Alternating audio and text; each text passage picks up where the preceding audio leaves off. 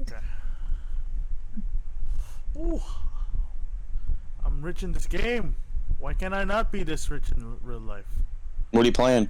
Assassin's Creed. Assassin's Creed. Ah, The one and only game I'm gonna be playing for the next couple of months. Maybe a couple nice, of weeks because I'm actually going through them really quick. Oh wait, I can't talk. nice. Alright, alright, alright. I'm gonna take advantage of the hour and get us get more money. Alright. Alright. You ready? I'm ready when you are. How does Miss does his intro? Welcome to the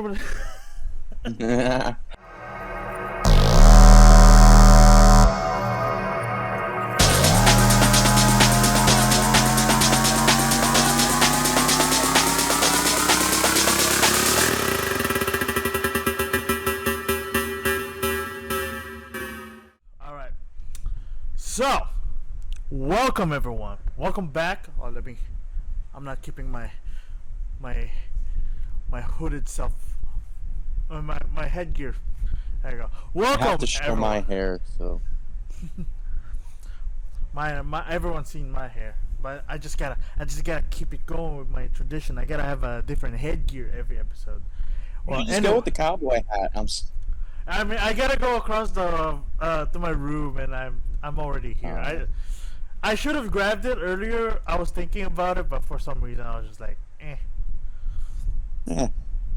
Anyway, welcome everyone. Welcome back to Mark's Wrestling Podcast. Joining me today, aka Cowboy Burrito, is my good old marking wrestler fan, the Texan Nightmare. David Yes, Flood. it's good to be back. It's good to be back. Yeah, we took a personal week off due to. Hold on, let me fix my camera. There we go. I kept seeing my desk. It was bothering me for some reason. Anyway, so we have a lot of things to go through. We have two SmackDowns. Well, one of them we're gonna quickly go for because it is the season premiere. That's And the gonna be go home hard. show for Extreme Rules. And then Extreme Rules, and then the following week after that, which is more SmackDown and Raw, and a little bit of a sprinkle of NXT possibly and AEW. Anyway, starting off with what is this? With SmackDown, the go home show for SmackDown, New Day versus Braun. I honestly, for some reason, I cannot just for the place I watched this, quote unquote, place, is not, for some reason, is not, didn't load. I didn't really do anything that day, so but for some reason it didn't load. So I didn't watch the show, which is, I wanted to see more Gunther versus Sheamus, but that's okay. We'll talk about that later on in Extreme Rules. But anyway, SmackDown Go Home show, we starting off with the New Day and Braun versus the Bloodline. So wait. Well, there was the segment between the Bloodline. It was Sammy. Yeah. It was Sammy and the Usos. I was like, the Bloodline. Roman performed. That's new. Oh yeah, the opening up with the Bloodline, which is the one with Logan Paul. I saw a little bit of that. That was really cool. Yeah, but he needs to lose the toothpick because he's not Scott Hall. Yeah, so, R.I.P. R.I.P. Mm-hmm.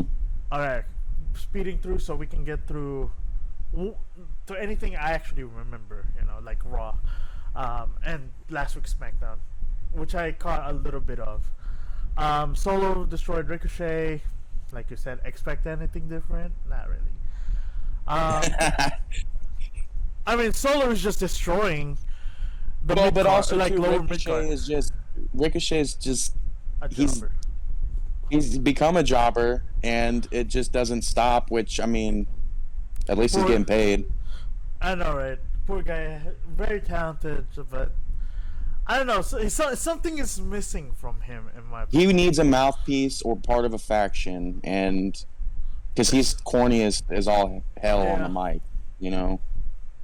New Day But versus yeah, Braun. that was interesting because I saw some people said that they thought Big E was coming back, and I'm like, are you kidding me? Like, Big E is not not coming yet. back. Not yet, dude. Not with that neck. Instead, we got Big B. Big Braun, monster of all. Was it monster of all monsters? Get these hands. I wish. I'm happy they changed his finisher to the power bomb compared to the running power slam. I always found the power slam is so lame. The only And reason why I can his power bomb is pretty strong too. really You know, good. it looks like he's throwing you through the mat. It reminds me of Diesel's. I forgot his real name. Yeah, Kevin Nash. Kevin Nash's Jackknife power bomb. Really good. Really sold well. Legado debuting with Zelina. I mean, Zelina is a good manager. You know, if you got Andrade, that she managed to push. But what I want to know is where did they go when they got in the car when they left NXT? Because they took like 2 months to find their way to SmackDown. They made a bunch of stops along the way. Hey man, sometimes you just gotta take a 2-month road trip, And they lost Elektra along the way. Hey, you know what? They were like, "Hey, Zelina, we lost our manager. Where we don't know. Wanna be?" Hey, fine. Shotzi, Raquel defeating Sonya and Shia Lee. I guess it's just another way for them to say, "Hey, guess what? Raquel has a new partner. Her name is Shotzi, not Aaliyah." LA Knight. I kind of missed that one. I actually did like the little time I watched NXT was when Cameron Grimes and LA Knight were feuding for $1 million championship, which was actually good. Gold. Yeah. Literally. And during the War Games between Black and Gold versus 2.0. That one I actually like. Like I really enjoyed his mic skills. As for the physicality, I mean he's a buff dude. But we'll get to that later on in the episode too. So, Gunther versus Sheamus, a banger. What more can you say? Yep, banger after banger after banger after banger. Exactly. Honestly, one of my for some reason when they showed that after the Donnybrook match, for some reason that like ever since I watched that match. That's been stuck in my head. Every time I listen to my favorite band, Ultra Bridge, I'm like, banger after banger after, and it keeps on going. Right. It keeps on going. But yeah. They could wrestle every fucking night of the week, and it would be great. Like, I don't know. If you've watched our previous episode, I think or a couple of episodes anyway, over on the main show.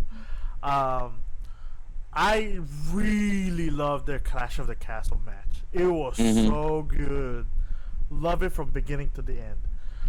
So of course, without a doubt, this one was a banger, and I was so upset that I missed it.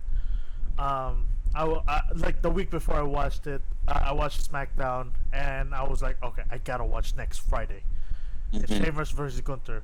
Which was weird. I found it weird, but at the same time, it makes sense. It's a season premiere. It's a go home show. They need it. They need a big boost in the match, and Gunther and Sheamus delivers. Right, and then at the end too, the way that they had the brawl between all of them, beating the crap out of each other. That's like the best go home booking you can do, and that's like Attitude Era type stuff. They didn't, they haven't done that in a while. And then they opened up Extreme Rules the next night with the Donnybrook match. Donnybrook match. It's so great. Yeah, great. Extreme Rules. All right, so we're now on Extreme Rules. Like I said, we're gonna go through. What the heck happened? We're gonna go through the season premiere a little bit fast, whereas Extreme Rules and the more recent episodes we're gonna slow down a bit so we can actually go through, especially this past Monday.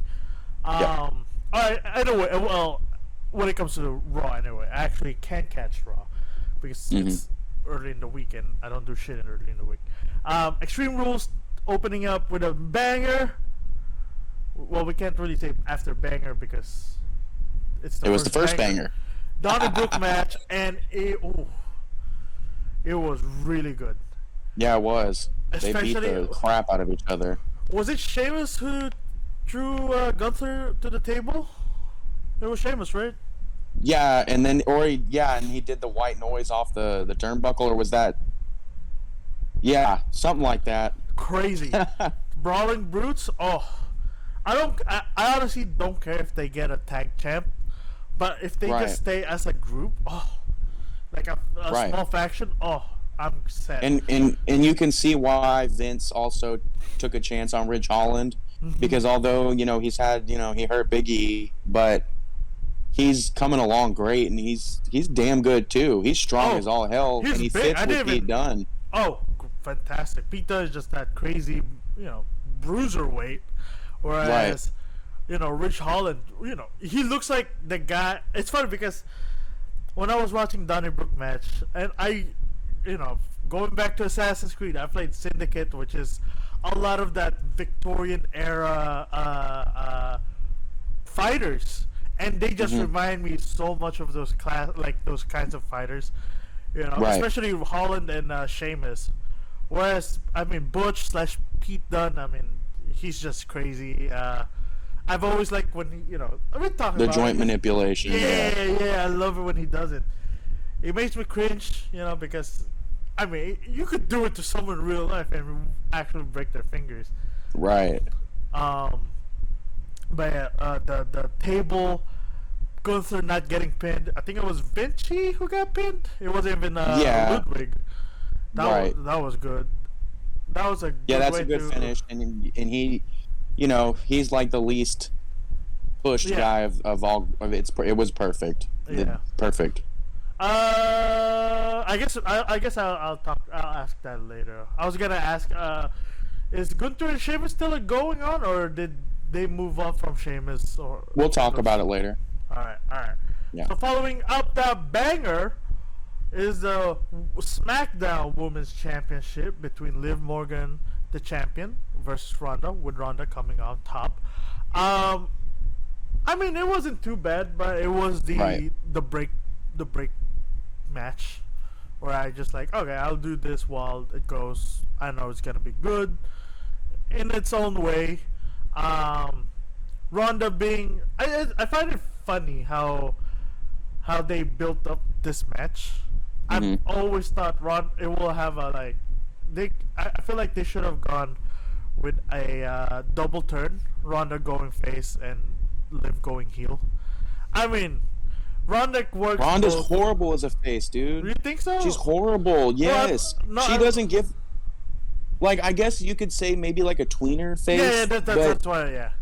But when they tried to make her full on white meat baby face, dude, nobody gave a crap about her. The fans hated her. She was corny. It's clear that she plays a good heel because she does. She's there to fight. Yeah. Right. That's who she is. She doesn't care what the fans think about her. I guess a tweener face then. Yeah, like that kind of a double turn, where you can still boo Ronda, but at the same time still cheer for her whenever she does something. Right. Correct. Whereas, you mentioned here teasing a new darker Liv character helps too. Like I said, I feel like if they turned her heel in the middle of the match or at the end of the match, I'd say it will be a perfect idea. Right, but also too something else that to think about is that if she would have attacked Ronda after the match or something like that, it wouldn't have been seen as a heel turn, because people do like Liv. They just didn't like her title run because they didn't build her up to be that dark, crazy girl beforehand. She was just kind of bland. She was the one who tapped out. They did it backwards, right? Like we talked about it in the other episode where they should have built this darker character either before she won the championship, and then people would have thought she was more legit as a champion. Yeah. Well, then again, she cashed in on a weekend Ronda, and then the rematch. It was, I don't even remember the Shayna Baszler match, but the match between her and Ronda, part 2, she tapped out. But she got the win because she pinned Ronda. Right. There was a lot of things that could have helped Liv story wise, but I guess they just couldn't really figure it out where to go. They just And fans are fickle too, so yeah, everybody wanted Liv as champion, and then she got that belt, and everybody turned on her. So yeah. Anyway, after that, I guess we could say banger. McIntyre versus Cross, the good old, what was it called? Strap match. There we go. Yeah. I need you. You should have put what kind of matches are, because I did not remember their match at all. Well, I remember what happened, but I don't remember the. Come on, man. You gotta remember the stipulations, bro. Come on, we're doing a podcast. Come on. Okay, for this strap match, I guess I don't get the appeal for the strap, and other than like making sure that they don't get away. But a steel cage, though. My appeal Then with the strap match is it was the strap match. Okay, first of all, is like a Southern type thing. That's so I'm a Southerner, so I'm gonna like the strap match. And another thing is too, is when they whip each other with that strap. Oh, yeah, that's legit, right? Like that's up. pretty legit. They don't hold back. They don't hold back, man. And like those are two big dudes whipping each other like crazy, man. I've hit myself before, and I'm like, nah. No. No. I'm not that and they have great chemistry together, which when you're two big guys like that, sometimes the chemistry's off because you'll have similar styles. And I've seen online that a lot of people say that Karrion Kross is like bland in the ring, but that's what he's supposed to be. Like he's not supposed to. It's like Ronda, like he's there to kick your ass, and that's it. Like it doesn't matter what he does. He's there to beat the hell out of you. See, that's what I thought as well when I first saw Karrion Kross in NXT. That's why I never really got the appeal. Why? Hold on, I think I'm peaking right now. Hold on, we're turning down my volume. Now, okay, no, too low. I guess that's fine. Anyway, I lost my train of thought. Oh, you're talking about Kross and NXT. How I didn't like him.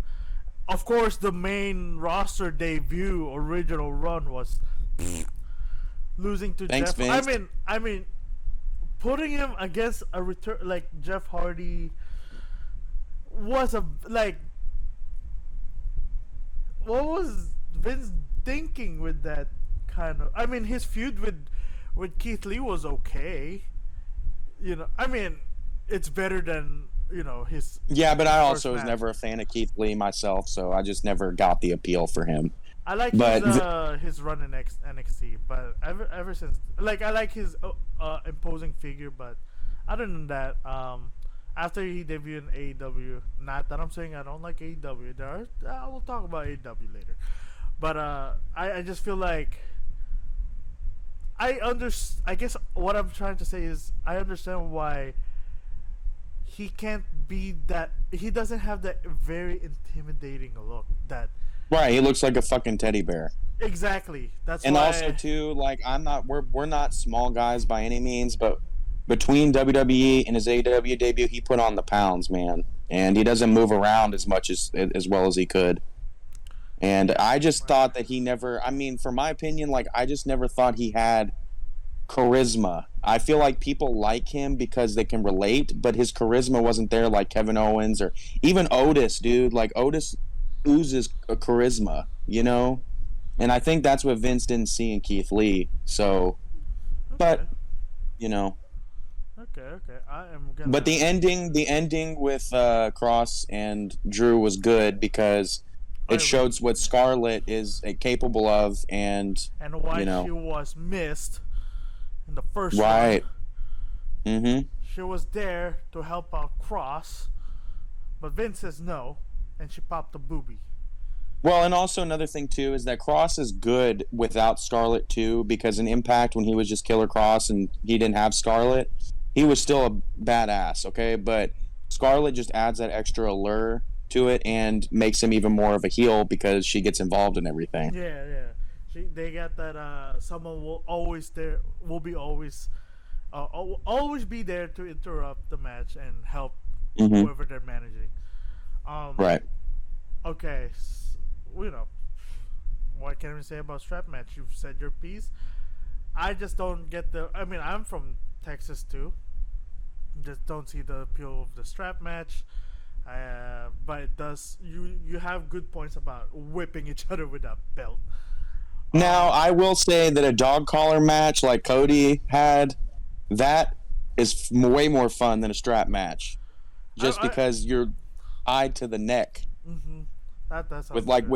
with him and Brody Lee, that was unfortunately Brody Lee's last match, you know, but Oh, that was a banger, dude. Like I they need to watch they that. killed it. I Yeah, need to you watch need to that. watch that. Yeah, that's like a oof.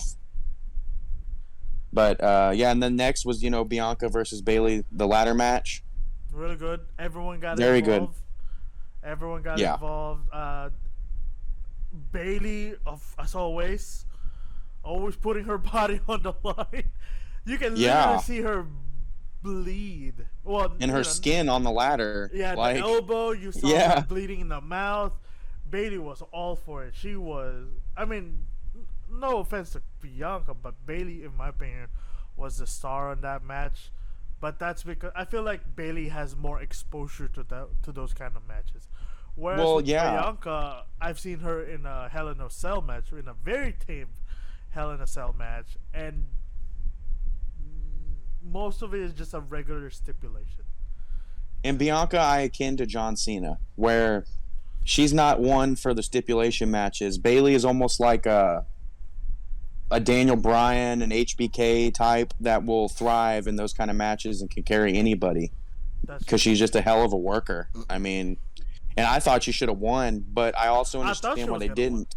But I also understand why they didn't do that, because then it's basically like a female bloodline, and it's you have the same stuff with the men and the women, and I know they don't want to do that. Yeah, one for SmackDown, one for Raw. Mm, But still ended up being a banger. I honestly banger. think it's just the Liv Morgan, the women's SmackDown Women's Championship is like the lowest ranking out of all the rest of the match, because Edge versus Finn, great, love I it. disagree. Actually, I love it. I I disagree with the Edge and Finn. I hate the ending. I mean the It made ending no sense. is. I mean, you he Edge was trying to see if they have like will do mercy or something. It's a typical good guy Right. win. You know, I that's why I'm not really. I don't really consider the ending. You know, I mean, we all saw Beth will get her head caved in anyway by And Rhea. it's just not logical. I mean, that's something that I don't know. For me, logic is my big thing in wrestling, where he is Edge. He's the rated R superstar. He's done the same stuff in this space of reality. He had to have known that whether he quit or not, they were going to smash her head in, right? Like he had to have known. I mean, it's the Judgment Day. That's what they were going to do. So basically, he quit, and his wife got her head smashed in. So I My know question. Olivia, my wife. My wife would be like, "Why did you quit, dude? Like you knew they were gonna fucking do that shit anyways." One thing I definitely did not like about that match is that Rey Mysterio got knocked out once and he was gone for the rest of the match. And Yeah. like between Right. between that and the when Ray was out, it was an entire segment for Mhm. them to have Ray to jump in and save the Mhm. day. But no, Ray was out cold or recovering on the floor outside the ring. And I'm just like, you talk about logical. That's Right. how my, that's how my, that's why I was Exactly. like, I'm fine with I'll take that ending over Ray's or whatever they planned with Ray for Mhm. his segment. But yeah, as for the match itself, really good. Of course, Finn and Edge, top performers right there. You can't really go Mhm. wrong Dream with that. match. Yeah. Exactly. And I've always liked I Quit match, but then again, every time I think of I Quit match, if they say I quit, they're out. Like they're gone from Right. the Like you quit the company. company. Yeah, Right. exactly. And that's how they usually do it back in the day. Yeah. Oh man, I sound Back in the day. yeah, Yeah. like ruthless aggression area. When they like, I forgot. I think it was one of them was Ric Flair. I think, or was Well, it? yeah, and you just go back to the promote, but it's different because like an I Quit match mattered so much back in the promotional days Yeah, because you would quit, you would go into another promotion, and then in a couple years you come back, you yeah, know. But or now a it's just a couple little, months. Yeah. yeah. Now it's just different, you know, and also too, I have a feeling it's probably leading to a steel cage match or like a probably maybe Hell in a Cell type match where there's no interference, you know. Well, we'll see later on. We'll talk about the Judgment Day even further a little bit later. To Hmm. finish, I guess we're finishing it up with Extreme Hmm. Rules with the last two topics, Riddle versus Rollins. But I do agree with what you said. Should have either I say it should have gone first. Well, then Yeah, again, yeah, that would no, have yeah, don't I no, thought totally. Hmm. because That because would have it's been great, super good. It was too good. and I would it have would been have set the tone more. I would have been fine with Edge versus Finn being the main event because they could allude to Or Bianca versus Bailey. exactly. Hmm. It just feels like I'm fine with how they handled Bray's return. Literally at the Oh end. hell yeah. Yeah, made everyone was like, where is he gonna show up? Who's the White Rabbit? When is he gonna pop Hmm. up? When is the next clue? No, but we got the Riddle versus Rollins, and then Bray's return, kind of over. I won't say completely overshadow it, but it did overshadow it because everyone remembers. It's like a CM Punk reveal. Another, it's WWE's terrible kept secret compared to AEW's terrible kept secret, but bigger pop, I'd say. Well, see, and something else that they could have done with Bray's return is how they did it with Cody. Like the middle of the card. Where you just like, granted, we knew Cody, it was going to probably be Cody, but there was still that shadow of doubt. They could have just randomly in the middle of the show cut everything to black, Yeah. and there's Bray Wyatt. Which I can't, with everything that Bray's done so far, is just I would have amazing. Okay, so going on to Bray's return, one thing I like the part where they were zooming in and out into the different Funhouse characters. Right? Imagine if they were showing up throughout the show, just in the very far Yeah. corners of the people will have to look at them. I think that could also help out, and then they do that zooming in, zooming out at the end. Oh shit! It's Bray's characters from the Funhouse or the people from the Funhouse. Right. So, What did you think of the little vignette of the Firefly Funhouse, like all abandoned? all abandoned? They kind of creep me out, which is perfect because Right? it's in the spooky season, and it's I know. just hits. Yeah, just And- perfect. And literally the last time / only time I've ever been inside the Funhouse was when he was feuding with Cena during 36. Oh, yeah. The WrestleMania match. That was pretty cool. I like that match because cinematic matches haven't been my personal favorite, but I liked how they handled Funhouse. Right, and Boneyard it's the match second. is okay. See, to me, the Boneyard match is the best cinematic match they did, and then Bray's match is second. It's kind of like 1A, 1B for me, I guess, because I like Bray's because they went like all throughout John's career, Exactly. That's why I You like know? it.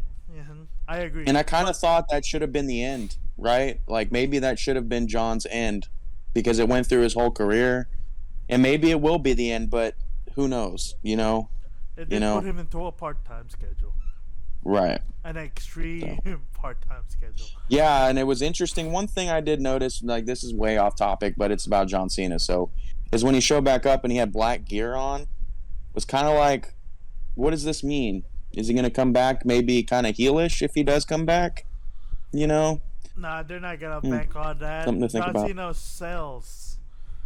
John Cena sells. Who is the John top Cena will seller? John Cena will sell if he's a heel because people like you and me will buy John Cena heel gear. Whether I won't buy I'll a buy John Cena face shirt. I'll buy I the, won't. the Ruthless Aggression shirts. I don't like the PG rated Yeah. shirts. Nah, it's too Nah. bright. I like the House of The- Loyalty Respect. That was pretty cool.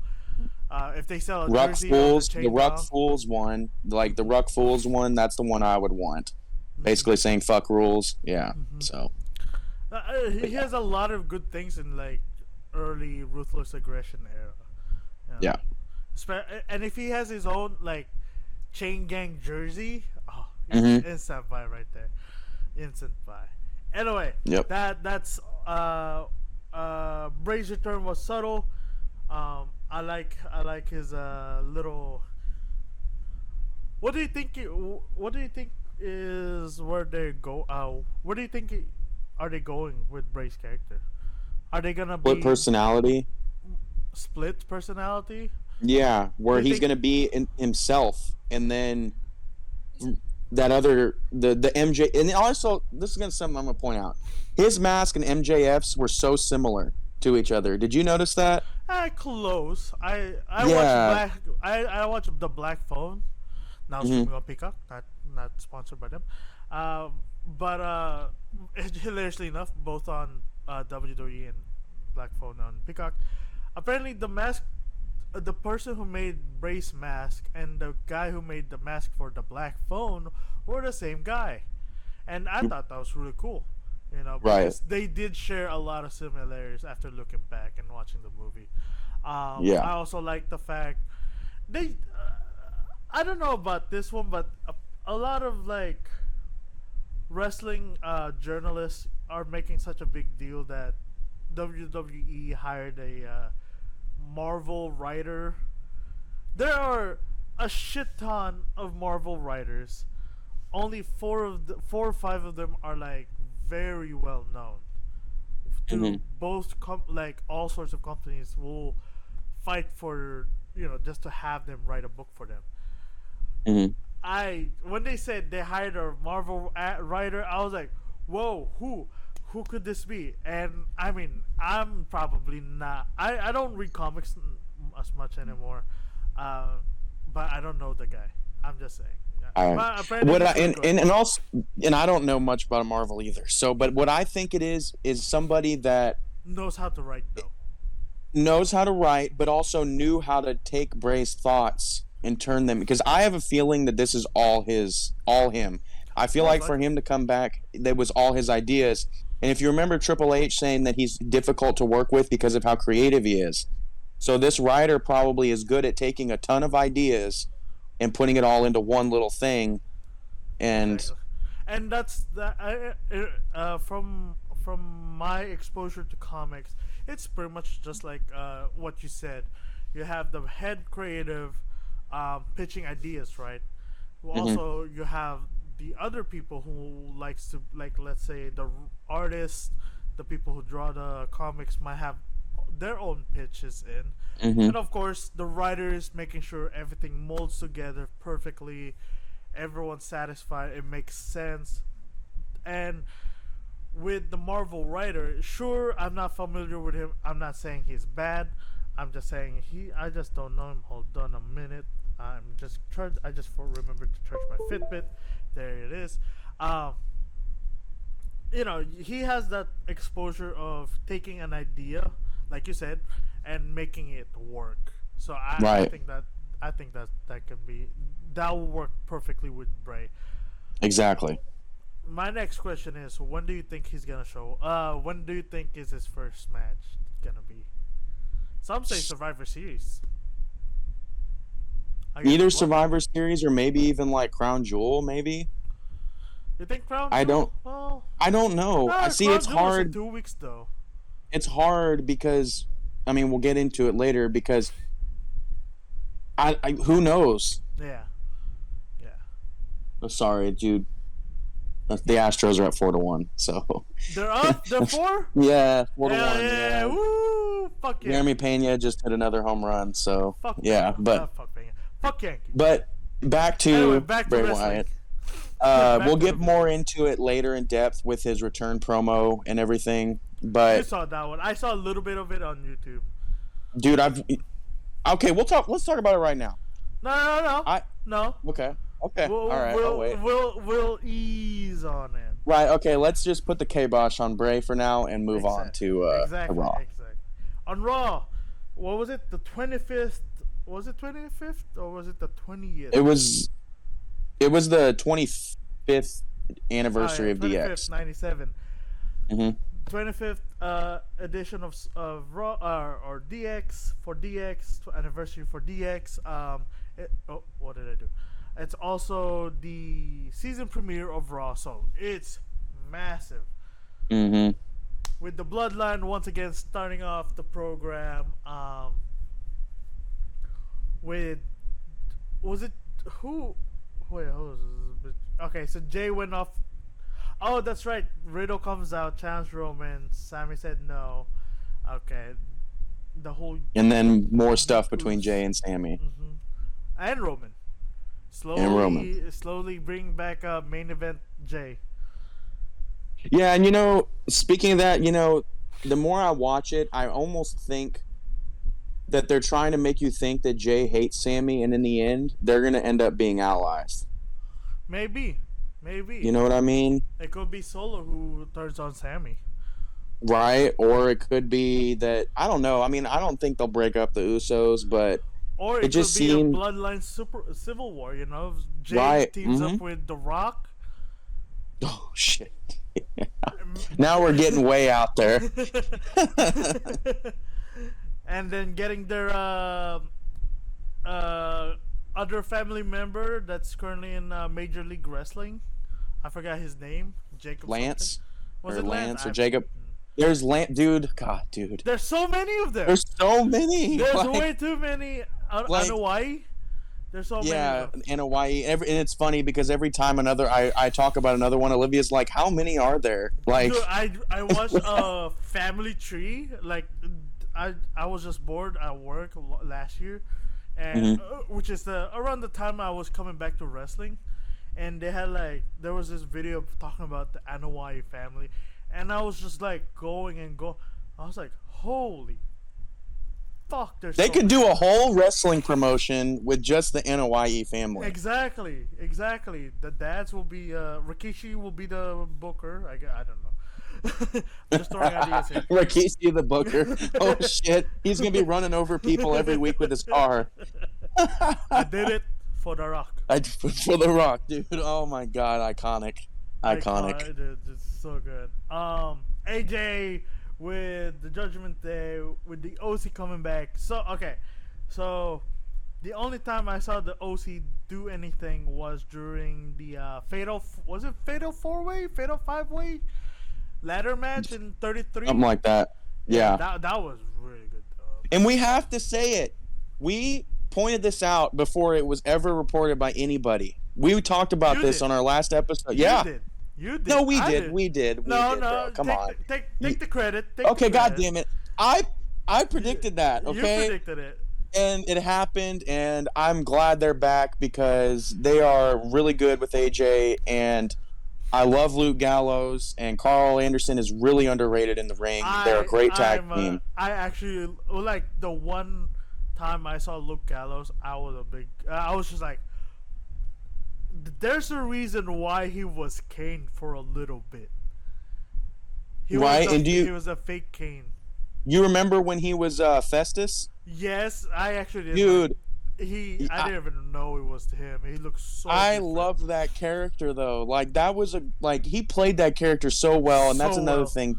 That's another thing to add about him is good with character work, and Big LG and the Machine Gun. It's good to have them back. So, I predicted it. So one thing I really like about this, and they didn't even turn away from this. I guess the reason they got fired is because they asked for money, and then and that was later revealed that the reason why they came back was because of money. yep. And then this past Monday? I think it was this past Monday. Cameron Grimes showed up in Raw asking for help. He wants the OC, and he was like, "Hey, you're rich." Something about being rich, and it was like, Yeah. "What are you guys on about?" And then who's the other guy? Anderson, Brad. What's that? Carl Anderson. Carl Anderson. He was like, "Can I sell this vest?" And I was like, "That is so perfect."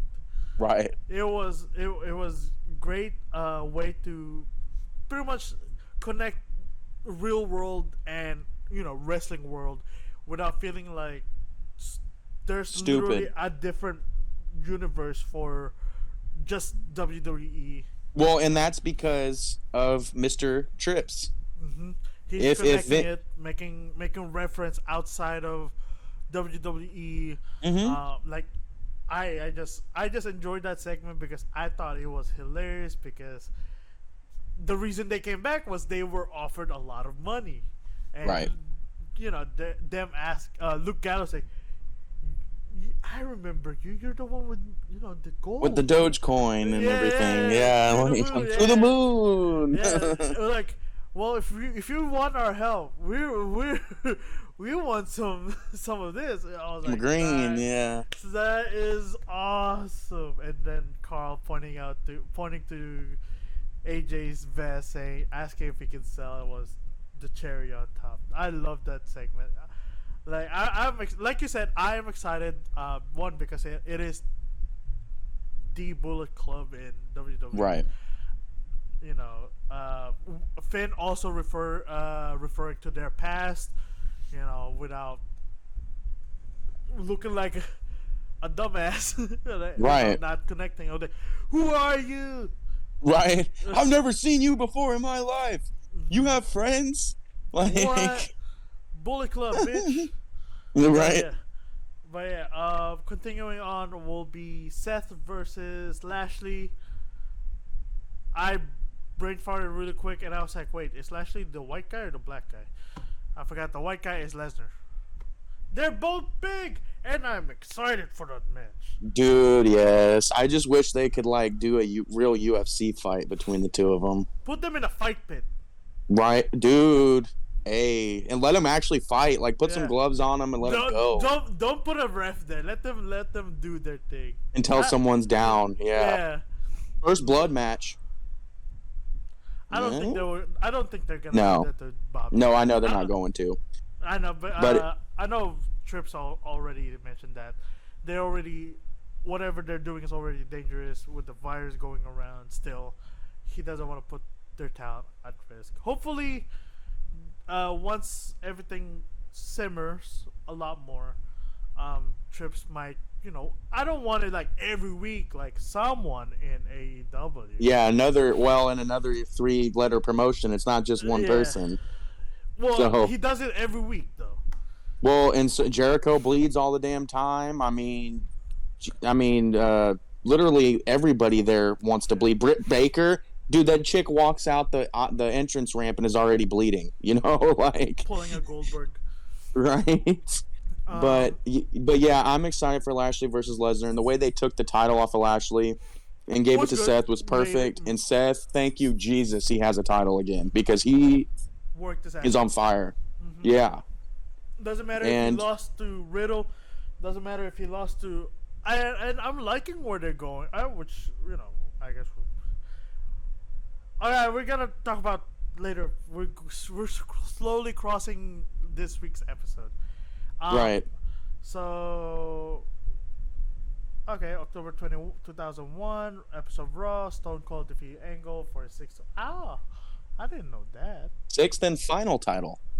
Yeah. Interesting, right? I thought that was interesting. And that's when he started walking out, right? Or was it later on? Oh no, it was a year later, right? It was a year later that he walked out because of the Brock thing at King of the Ring. Yeah, he didn't. And then also too, you gotta wish happy birthday to Dusty Rhodes, the American Dream, baby. He would have been 71 last week. That was actually a really good impression. That was dude. I do Dusty really well. I'm telling you. Really good. I've only heard him once, and I thought that was one of the best. Well, thank you. Anyway, I'm honored. There we go. And can you believe that Rhea Ripley's only 26? Dude, she looks like. I'm surprised Theory is younger than me. Right?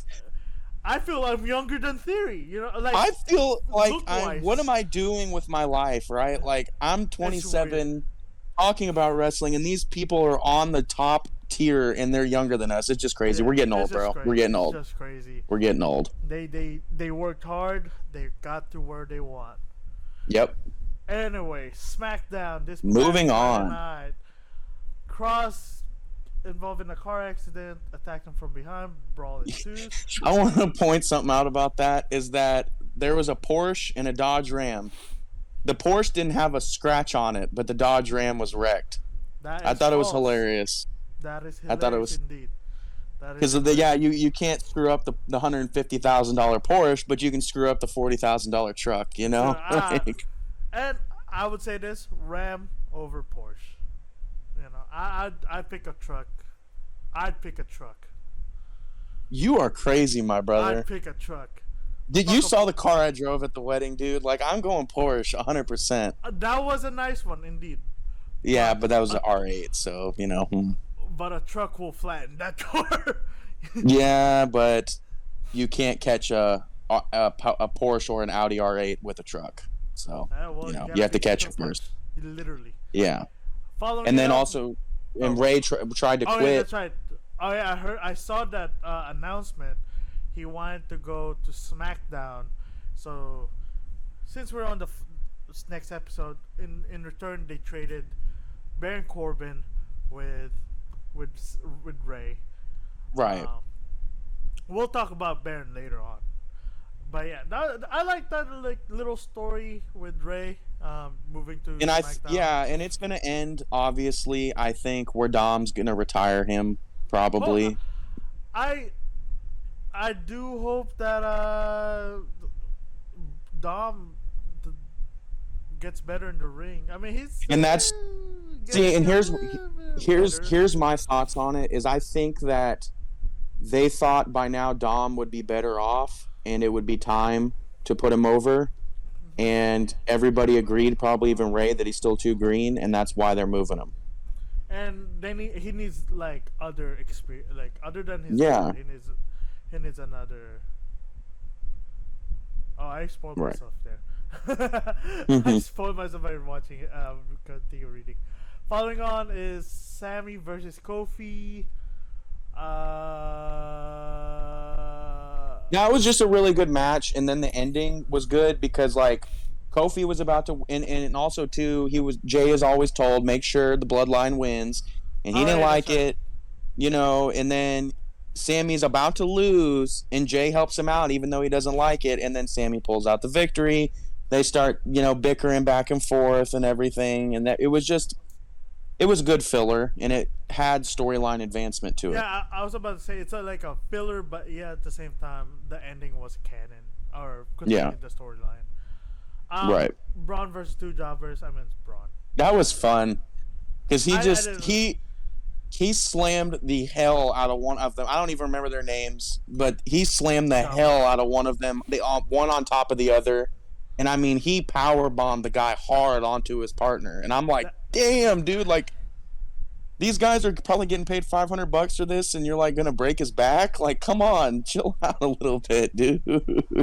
So and then I read here that Omos and MVP were talking shit about Braun in this past Monday. So I mean, and they were in the crowd and everything. There's no way Braun loses to Omos. Omos is, I mean, he got better, but he still has a lot to learn. What I think they should do is let Braun win and put Omos back in NXT.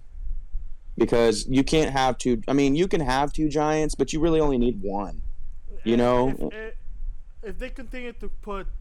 I'd agree if they're going to continue to put Braun in both shows. But in this case, might as well have Raw have their own giant and SmackDown have... I disagree, though. Because, I don't know, man... I feel like NXT needs a giant. NXT would benefit for having a giant because they really don't. They got that Quincy guy or whatever, but he's just like Viscera and Goldust combined. But Omos is a giant, and he needs RIP. And I think Omos would thrive in NXT, I think it's gonna. I guess I see it. Yeah, and I think that Braun is gonna work both shows. That's the only thing I'm surprised that they're gonna. I guess wasn't surprised, not really surprised. LA Knight versus Mansoor. LA Knight is back. Here we are. Mansoor. My bad.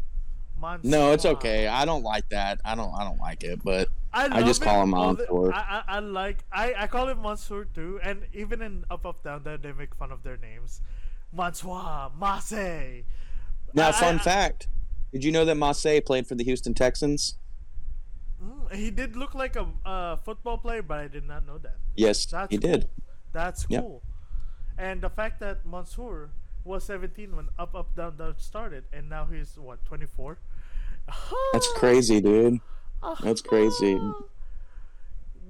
My guy is bigger than like looks bigger than me and is younger than me. Right. Maybe not bigger, but probably same size. But I'm just a little bit chubby. But Aren't anyway, we all?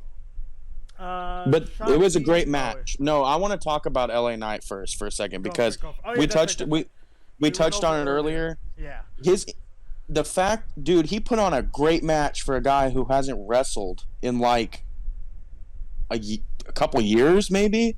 Like he's just been on TV. He had like maybe 6 months somewhere around there. There was like no ring rust whatsoever, and it's just one of those things where he's one of my favorites, man, because Wait. he's like a Stone Cold The Rock mix type thing. You know, his mannerisms, He does have the mannerisms from The Rock. I would say everything either he that or the does. voice. Either that It's or a the mix. voice. It's like everybody, like I've seen online, people say that it's The Rock and Stone Cold's love child. So, Uh, yeah. But what, he's one wa- of my what, favorites. where was the where was his feud with Grayson Waller? That was a while back, man. Like Damn. I don't remember, but it'd been a That was while at least because a year. yeah, and then they brought him in as Max Dupree, and nobody gave a crap, and everybody was mad because it was wasted talent. I You know, wanted LA Knight. I like Maximum Male Models, right? Like it's a fun, comical, like Yeah, jobber group, right? yeah. But Mansoor, L.A. Mansoor. Knight, L.A. Knight did not belong in that group, and I don't know why Vince didn't. It's just one of those things where Vince was going downhill with his decisions. And you know, and then he turned heel, which we all know that L.A. Knight, Eli Drake, is a good heel. So you Yeah, I know was about to he. say when he was doing the War Games with Black and Gold, I was like, Mhm. man, he looks so weird, man. Why is he with that face? He should be with he should be with a 2.0, because I mean he's not really a 2.0 guy, Right. but I saw most of his match towards the end of Black and Gold. I didn't really see him before, like during Black hmm and Gold. It was towards the end. I just watched a lot of his Impact stuff, dude, and that stuff is so good. When he was Eli Drake and Impact, man, him and EC3, him and like, dude, like that guy, he is so good, and like people need to really like give the man his flowers and like go back and watch some of his stuff in Impact because the dude's funny, but he can go too, and he's gold on the mic. I mean, everything. It's just he's really good. That's all I can say. The only one I've seen was his feud with Cameron Grimes, and then the War Games, which is like I said was weird because he was I've always thought he would look better as a heel, but he was a Right. face at that time. I can see him as a tweener, but nothing more. Well, he's gonna be a tweener because hardcore wrestling fans like him, and then the casual fans will hate him. So, Yeah. but Um, on to the next one. Shotzi Raquel or Roxanne Perez versus New Damage name. Control. It was weird, but Wait, what new name? Roxanne. She was an NXT girl, you know. Yeah, what was her? She got a name change? No, she just Oh, showed up on, just just a, randomly okay, debuted on SmackDown. Yeah. okay. No, it's okay, man. All I know is that Roxanne. They have that pick your poison match with Cora Jade Cora, and her who is fine as hell. Lucky Braun. Braun, dude, they're a good couple, power couple. Literally, completely opposite from one another when it comes to like physique. Braun Right? is this big guy. She's like, I wouldn't say scrawny, but petite. The small girl. Yeah, She's exactly. it's like me. And I It's was like me and my wife, dude. It's like me and my wife. She makes me look like 12 feet tall. You Yeah, know, I it's was like when they yeah, when they made it official, I was just like, oh my god, Braun looks so much different standing next to her. I know he's big, but golly. Yeah, makes him a and lot bigger. they had a good match too with Damage Control. It was very fast paced, and like each one of them got a chance to shine. Um, you know, of course, Damage Control is going to go over here, but it looks like Shotzi and Raquel are going to go for the tag titles next, probably. Hmm. Because Raquel lost it, she wants it back Yeah, with another partner. with a new So partner. You know, while Aaliyah is stuck in see, and that injury. sucks because I bet you any money that Trips would want to bring Tegan Knox back, but she's stuck with visa issues apparently, from what Yeah. I've heard. Mhm. Yeah, And so I'm sure it's not just Trips who wants her back too. I'm pretty sure everyone that loved the team in NXT would love them both back together.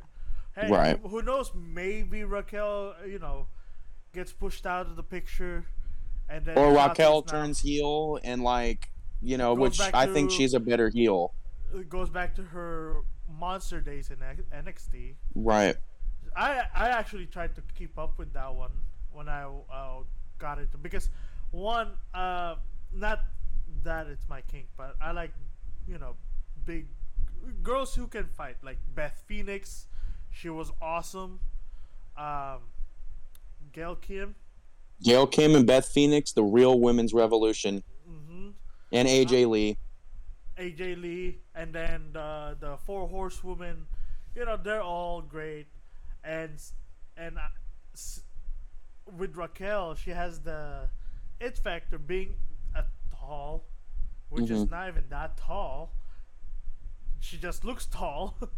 Well, she's a tall with for a woman. yeah, exactly, and a very physique back, which she keeps. I don't like Showing. that shit, dude. The Trap Queen stuff is okay, but at the same time, like I feel like she is kind of vanilla, right? Like that's why I wanted to In turn the main heel. roster, Yeah, that's why I in wanted to NXT, turn she was a heel. monster. Yeah, Right, I agree with exactly, exactly.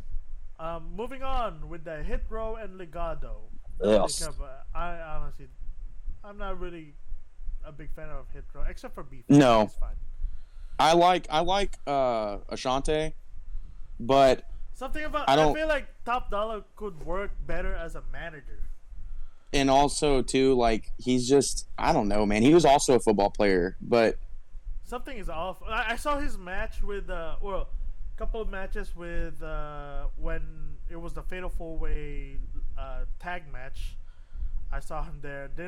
Wasn't really impressed with Top Dollar. I was impressed mhm, with Ashanti and BFAB. Well, mhm. BFAB being the mic, and she's hot. Um, but yeah, like, and then the other one when Legado was attacked them, like I said. And it's just different, dude. Without Swerve, it's different. It's not the same Yeah. without Swerve. It's just Well, not. we shall see. We thought Jericho's gonna retire in WWE, but he signed 3 year 3 year contract. extension. Mm-hmm. Over Yeah. at the AEW. So maybe Swerve comes, after a while, comes back to WWE. Hitro comes back to Yeah, but Mr. TK is Mr. I'm going to keep everybody locked into their contracts, even if they want out. When he started this promotion that if people wanted to leave, he would let them, and now he wants to go back on his words because he's just a spoiled brat. well, Malachi, bro. Or was it Buddy Murphy? Buddy Murphy? Both, both.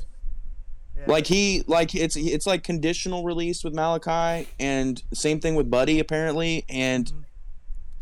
like how are you gonna say one thing and then do another? But anyways, I digress. I hate Tony Khan. So, All right. anyways, Following up, this is the part where I mentioned that I spoiled myself. I didn't know mhm. Rey Mysterio was in this match. Yep, Um. because Karrion Cross was not medically cleared to compete. It was supposed to be Cross. That's right. Mhm. And then Trips through in Ray, and that's when we found that Ray was moved to SmackDown. Okay. Okay. But it was a really Ray's good gonna match. Ray's gonna get squashed, unless But Sheamus. dude, think about it though, how fun that match is going to be. Because Ray, when he's with big guys, that's fun. He works Yeah, really that's well. fun. So it's And going to be fun. and And, of course, according to WWE games, cruiserweights work well with giants. well, and that's how it works. And yeah, exactly. It's realistic. Triple H You know, keeps yelling at me if I pit Rey Mysterio with with let's say AJ Styles. He was like mismatched at Right, styles makes yeah. matches. I was like, oh, come on, I would want to see the show. I don't care what you say, Trips. I'm here to book my show. But anyway, moving on, and I'll let you take over from here. The Bray Wyatt return. But before that, I'm gonna grab water. I am parched. Be No back. problem. 3, 2, 1. What's that? Talk to me, buddy. What's happening in the inning? Okay, well, there's runners on first and second and 2 outs. So, but we brought in the Ryan Presley, who's our closer, and trying to get this last out. Oh, okay. Oof. Okay, well, and also Matt Carpenter, who went to Elkins, is at bat. Whoa! What? Yeah, Connection and I know Matt name? Carpenter. Yeah, I know him. He does His sound dad familiar. was the What head fuck? coach. His dad was a head coach at Elkins, and when I was playing baseball growing up, I met him a few times, and I knew Matt. I know actually quite a few baseball players that are in the league nowadays, so because I played with them. But That's cool. That's cool. yeah, no, I have. Anyways, Going back to after another break of, I have that little conversation. That was a little bit of a outside a wrestling conversation about baseball, which is really cool. I Right. didn't know Matt Carpenter went to Elkins. You know, our high school. yep. Our high school. But he's a Yankee, so fuck him. Oh, never mind. Fuck him. Anyway, who cares about Yankees when you have Bray Wyatt's return? Like I said, I'll let you Right. have it from here. First of all, the entrance, amazing. I need Okay, to watch I it. love the music. You need to watch it, dude. I just saw the I've the said promo. this. I said this that everybody needs to watch the whole segment, and even if you're not a wrestling fan, watching that promo can help you in so many ways because Bray is how we feel all the time. Insecure, low self-confidence. We lose people close to us. We lose our jobs for no reason, which he shouldn't have ever lost his fucking job, okay? And to see someone on such a big stage feel the same way and pour out their feelings, it made me emotional. And like I showed that promo to people who don't even watch wrestling. My father, my cousin, and they all got emotional watching it. And that's special when you can connect to somebody that's not even into wrestling. Like that's special. And then to top it off, the ending where it just switches to his alternate personality, the real jigsaw. It's very jigsaw-like to me. Oh, was it the mask guy? The mask, his masked alter ego or whatever. You know what I mean? Okay. And Oh, it just that's why you said split personality. Okay. right. Okay, And that's I interesting. I just think that it's going to be awesome to be a part of this ride with him. And it's something that everybody, wrestling fan or not, needs to listen to that promo because it can help you. And it just was great. And his entrance music, Shatter by Code Orange, amazing. It the start has a little bit of a Undertaker vibe to it, and then the chorus is great too. It just all around couldn't have done any better, and the fact that he got to speak from the heart was just awesome for me. So, Here's my question: what's that? do you think they're gonna bring back the Fiend? I have multiple questions actually, so this is one of them. The Fiend, I personally hope they don't. Because it's But- hard. I've never been a fan of the Fiend. No, I feel like it's so and hard to like. I was a fan of the Fiend until Seth beat him by TKO in a Hell in a Cell match. Hell in a Cell. And- ref stoppage actually. It was, how are you gonna do a stoppage with someone who's supposed to not be human, right? Yeah. Like, Yeah. and I feel like that's I the could reason why they can't go back to the Fiend anymore. now I've seen those theories where it's like the Wyatt Six or the 6 different incarnations of him, and he's gonna switch between each one, right? But I don't know, man. I think that it could still work like that if you go by the split personality. There's Right. he currently holds what 5 gimmicks from the beginning since his NXT days. unless if you count Husky Harris too. Yeah, that's You that's know, what I mean. yeah. If you count Husky Harris, that's 5, and then Plus the this new one is mascot 6. Is 6, or it could be the 6 Funhouse characters. Hmm. White Rabbit, Mercy, the lady. I The no, the Sister damn pig. Abigail, Pig, him, the Fiend. Or I don't remember all of them, to be I honest don't. with you. It's Dude, hard the first time since the John Cena match I saw was literally Extreme Rules, which is like what because 2 weeks, 3 yeah, weeks in ago. Extreme Rules they showed Mercy, the The pig, rabbit, the Sister rabbit, Abigail, and the pig. and the Fiend. So Unless with the Fiend mask, the Burn that's right. Fiend mask. No. They had the other. The Oh actual yeah, Fiend. you're right. You're right. You're He right. was the last Yeah, before the. that's Yeah, right. but Yeah. still, I like that But they included the burnt fiend mask. You know, right. it was this the idea of like it was the thing that got him or that was included in his final run.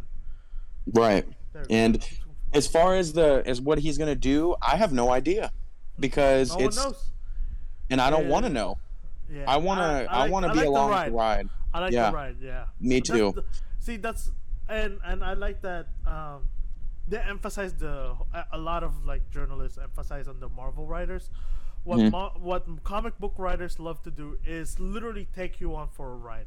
Yep. They don't tell you right away what's going on. So you're gonna be like for the first 4 books, you're gonna be like, "What the fuck is happening? I have no Mhm. idea."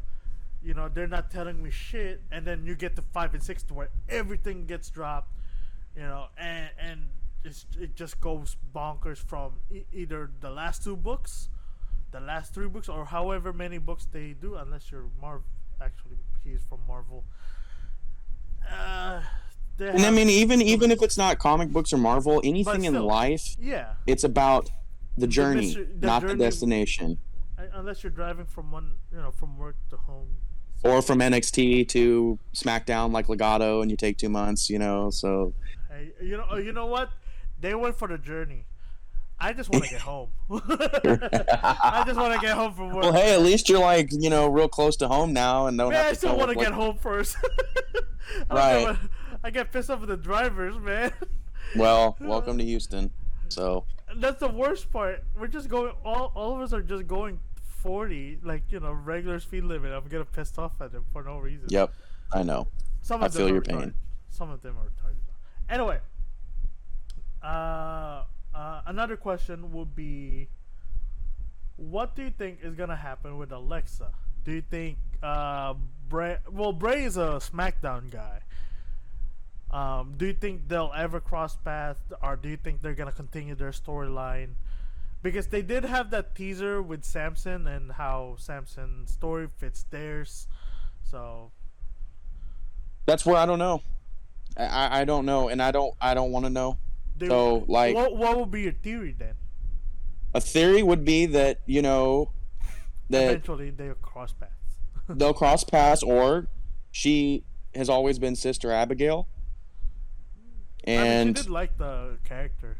and you could do something where Who Killed the World, you did, where he's going against Sister Abigail now instead of doing things for her, right? Mm-hmm. And he saw that Sister Abigail was the cause of all the pain and all the crap that he went through, and Sister Abigail caused him to get fired. yeah. So Connecting. yeah, yay! You never know, dude. Losing I mean, his I don't job, really, yeah. I don't It really could have be, I much think. theories for that. Yeah. They're gonna cross paths probably. It's just whether or not Eventually. it's whether or not they want to do an actual storyline about it, or just a passing. Oh hey, Hey, remember back in the day, remember when you betrayed me and just casted me away into the dark right? dimension? And while black liquid oozed out of your face. Yeah, good Right. time. Fist bump. Right. Once again, thanks, Vince. So Anyway, moving on from SmackDown, we got Raw. Starting dun. it out with Lashley calling out Lesnar. They didn't have an intro show, dude. no, it was just It was a mid straight up- convo. Literally, Lashley already talking in the mic. Literally came in mid sentence. No, I don't even know if he had an intro or if he just showed out. Calling out Right. Lesnar. Lesnar showed out, ready to fight. Got his ass beat. I like. Right. I mean, that was a big brawl too, man. Yeah. Oh yeah. Like they they Even though destroyed everything at the start of the show. I was about the table. I know. I love it.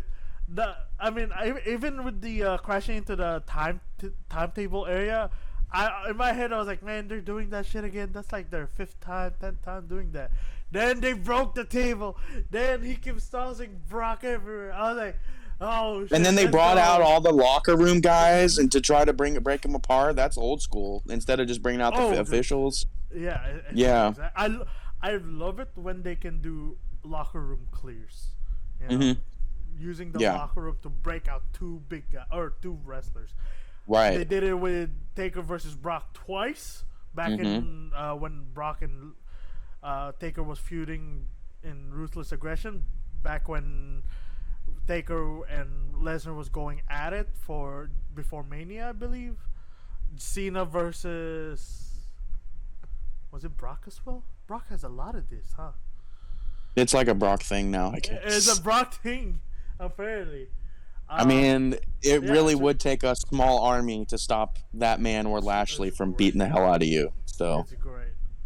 Following that up is the Good Brothers versus the OC. Wait, are they called the Good Brothers or just the OC? I know they refer themselves as the Good Brothers. I think it's the OC, but I just refer to them as both. You know, because I always thought the OC was including with AJ, but doesn't matter right now. Right. Academy, the OC versus the AA. Right. Right. This is not course, Orange Cassidy versus John Cena. Okay. Yeah. This is the Good Brothers versus Alpha Academy. Right. Of course. And of course, I like Alpha Academy. They're hilarious, but they're jobbers at the moment. But they make them work though. Especially Gable. Dude, they got to do something with him. Yeah, I agree. Or at least when if they're gonna bring back Angle, have him team up with. That's what I thought. It works well. And yeah, it's like the old school World's Greatest Tag Team or whatever. You know, they could do a reincarnation of that. And honestly, Gable reminds me of Angle whenever he keeps saying, "I passed college. I passed my master's with A's." With a broken 4.0 GPA. For Angles, I won a gold medal with a broken freaking neck. It works well. He's exactly the same, and that's why people were pissed. I mean, when they said that Jason Jordan was Kurt Angle's son. I mean, because no other than being bald. And it's dumb because it was so perfect, and that's another one of those Vince things where it just made no sense. Gable is literally like the second coming of Kurt Angle. He's got comedic timing. He goes in the ring. He's got charisma. Like, who gets over "shoosh, thank you"? Like, nobody can get that shit over. Dude, when they first started doing that, I hated it. Right, and he got it over. Doing it. Especially the shoosh, I actually liked the shoosh right away. Like, after the first time, I was like, oh, okay, they're doing this again. Then they kept doing it. You remember at Mania when he did it and everybody was like, shoosh, like you could hear it in the whole crowd. Yeah. We were all shooshing. One thing I don't like about the shoosh is it's part of their intro. I kind of like their intro as, without the shoosh. And then they come in and doing the shoosh, please. Right. Yeah. Hey, I did like that. Thank you. That one I kept saying it. Who gets that shit over though? Like that's that's what they say. Chicken shit in a chicken salad, and that's what he did with that shit. So. Yeah. But and I'm sure if you give that to, Angle did it with a broken freaking neck. He made that work. I mean, it's true. He made sexy Kurt work. Dude, I watched that. I'll make your ankle hurt. When I was leading up to rewatching, what was it, 20, whichever one that had Angle versus HBK Mania. Oh, dude, I was watching everything, and I watched that. I was cringing, but it was because it was so bad. It's so good. Yeah. Like if he made it work. His comedic timing. And I think I mentioned this before. To this day, I kind of like that. I kind of hate that they're still saying you suck but at the same time, it's ironic at this point because everyone knows he's really good. He's one of the best, but they're still saying you suck, and he's going along with it. It's a term of endearment, and it's a tradition. Yeah. It's a tradition with him. I do wish that I don't remember if they changed it up for his Hall of Fame induction, but I like the fact that he brought back Sexy Kurt on that one. I know. watched that one too.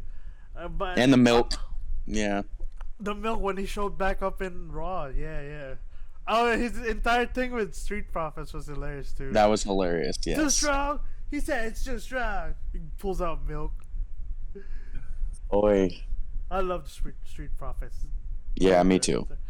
Me too. Following up, Seth promo for winning the.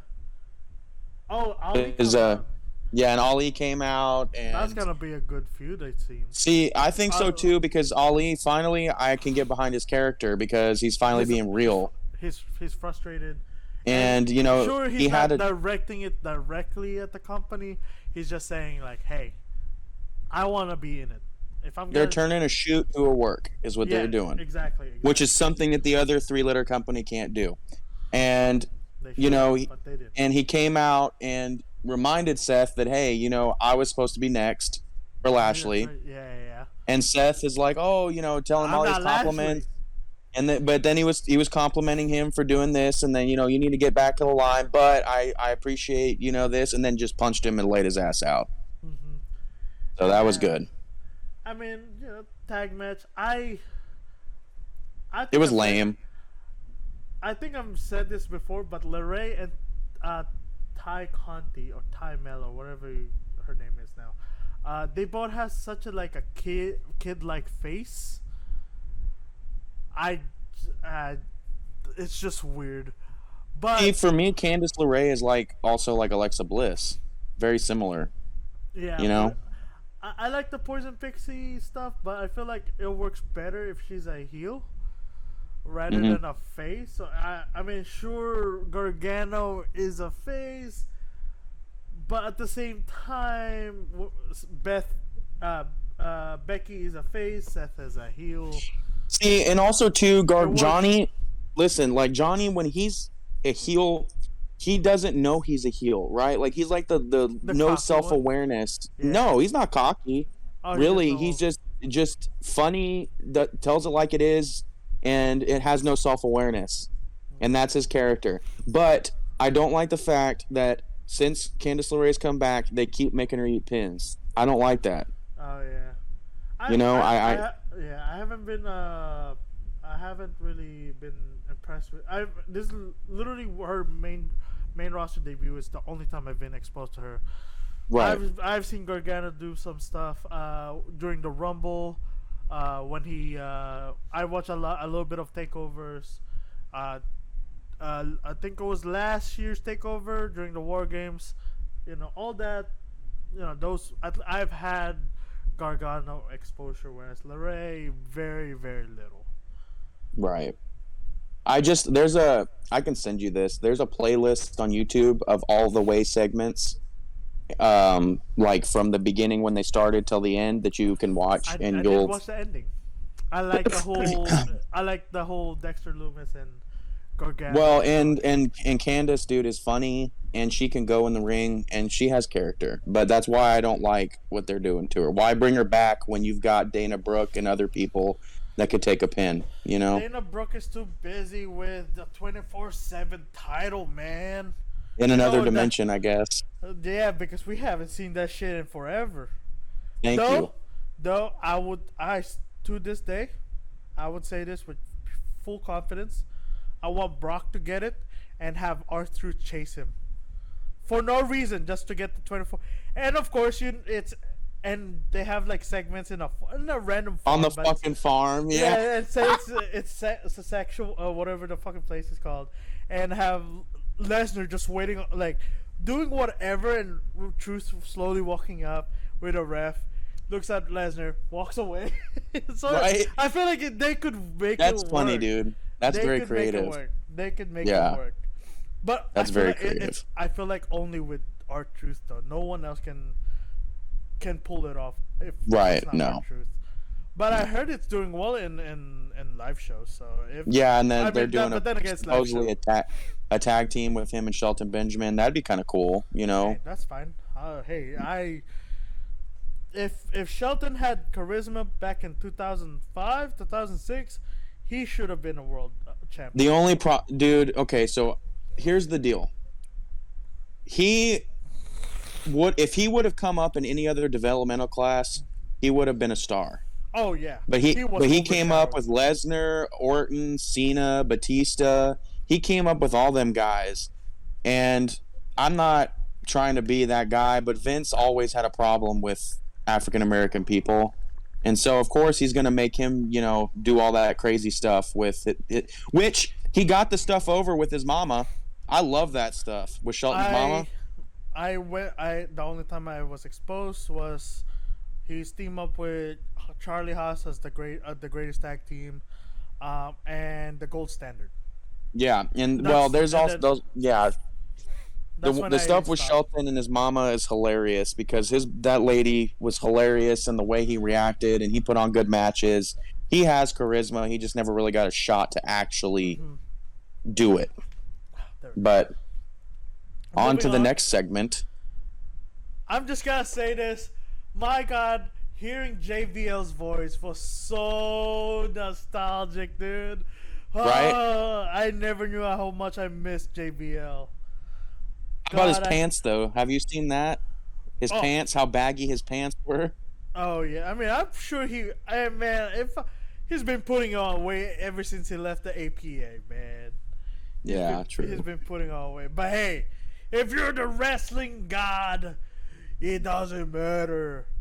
I love his clothes. I hated him growing up because he was the Dude, ultimate hell bad yeah. guy. He was the And he ultimate was bad rich guy. He and was yeah, rich, making fun of Mexicans, and you know, and full of himself. Like, yeah, it was so good. it's He was so good. And then his commentary was good too.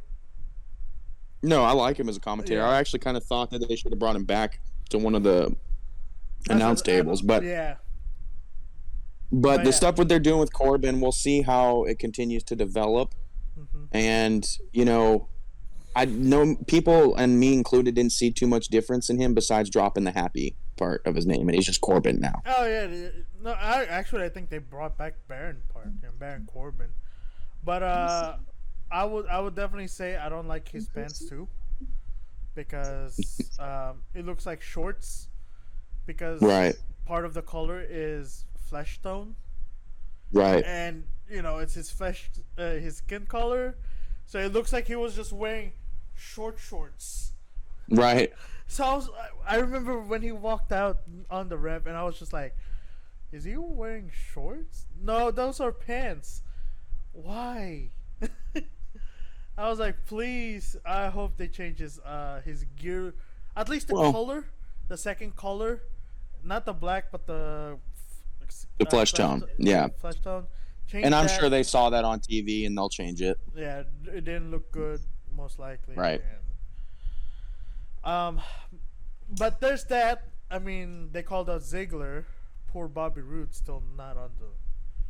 Still hasn't been. Well, on because the I guess he TV. had some sort of surgery. So Did he really? Okay. All I know is he's been. yeah, because he posted. Oh, okay. He posted a Okay, I mean that Yeah, makes sense now. But without any announcements, everyone was like, "Where is Bobby Roode? Why is Ziggler wrestling by himself? Where's the Dirty Dogs?" You would think the Dirty hmm Dogs will challenge the Usos by now, but or be SmackDown's jobbers like the Alpha Academy. right. But following it up with AJ Styles versus Dom. This was actually one of Dom's best matches, and it probably was because he was with AJ. I was about to say it's definitely with AJ and Rhea. I Yeah. mean Rhea helped as well. Well, yeah, and I mean Rhea In is the, the inside the ultimate ring, distraction. she is the Yeah, but distraction. it was good. Have you seen It was her good, looks? and Dom went over. So Hmm. And you know then lastly, Miz versus Loomis. that was not even a match, I and really want to see the match. that's the point. I That's really the point.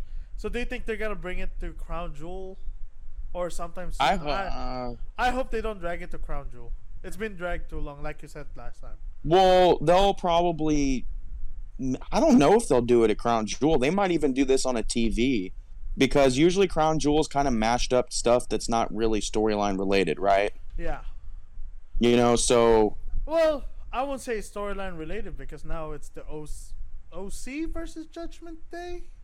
yeah, Yeah, so they have it's some going on. yeah, Right but it's a mixture. It's a now. mixture, but it could be a TV thing. But I do like it because I only caught the last hour of this show, and it was when Loomis was coming out. I was like, oh shit! Like we're gonna see Loomis in the ring. Okay, sweet. And then of course the Miz comes out and starts beating the hell out of him with the chair, does the skull crushing finale on it, and then after Miz leaves, Dexter pops right back up.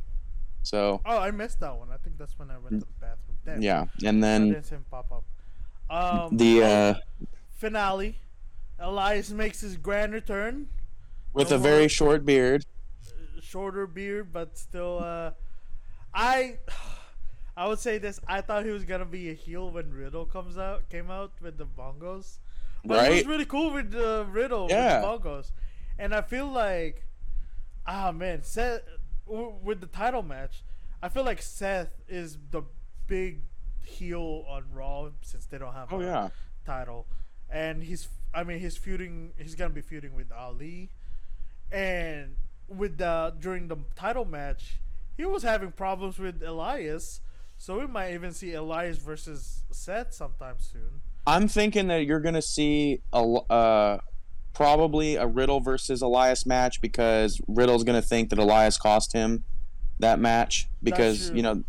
and then you've also got the Ali versus Rollins because every week now we're having a U.S. title match basically as the main event. Hey, I'll take that So one.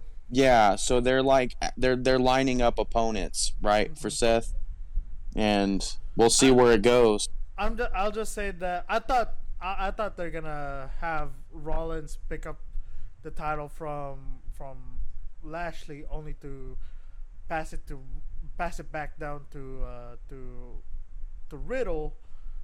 But then again, why not just Well, they're have trying to elevate that title too, and so when you do that, Seth is someone that everybody wanted to have gold on him, even though you're supposed to hate him, yeah and him having the gold elevates it more than because Lashley. And because he's a top guy, I would say right, that right. So the if longer Raw he has a holds top it, guy, it's Rollins for sure. and also two heels for me, unless you're Cody Rhodes, heels are better to hold the title and have the babyface chase.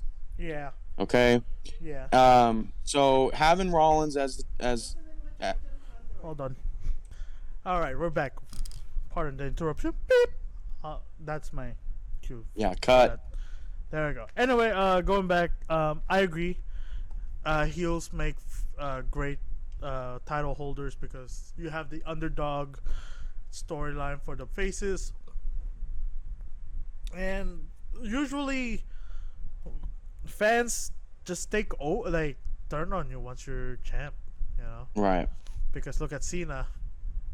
Everyone booed him early on because of the Super Cena era. Right. Liv Morgan is another one. Did Batista get booed? I don't think so. No. Nah, no.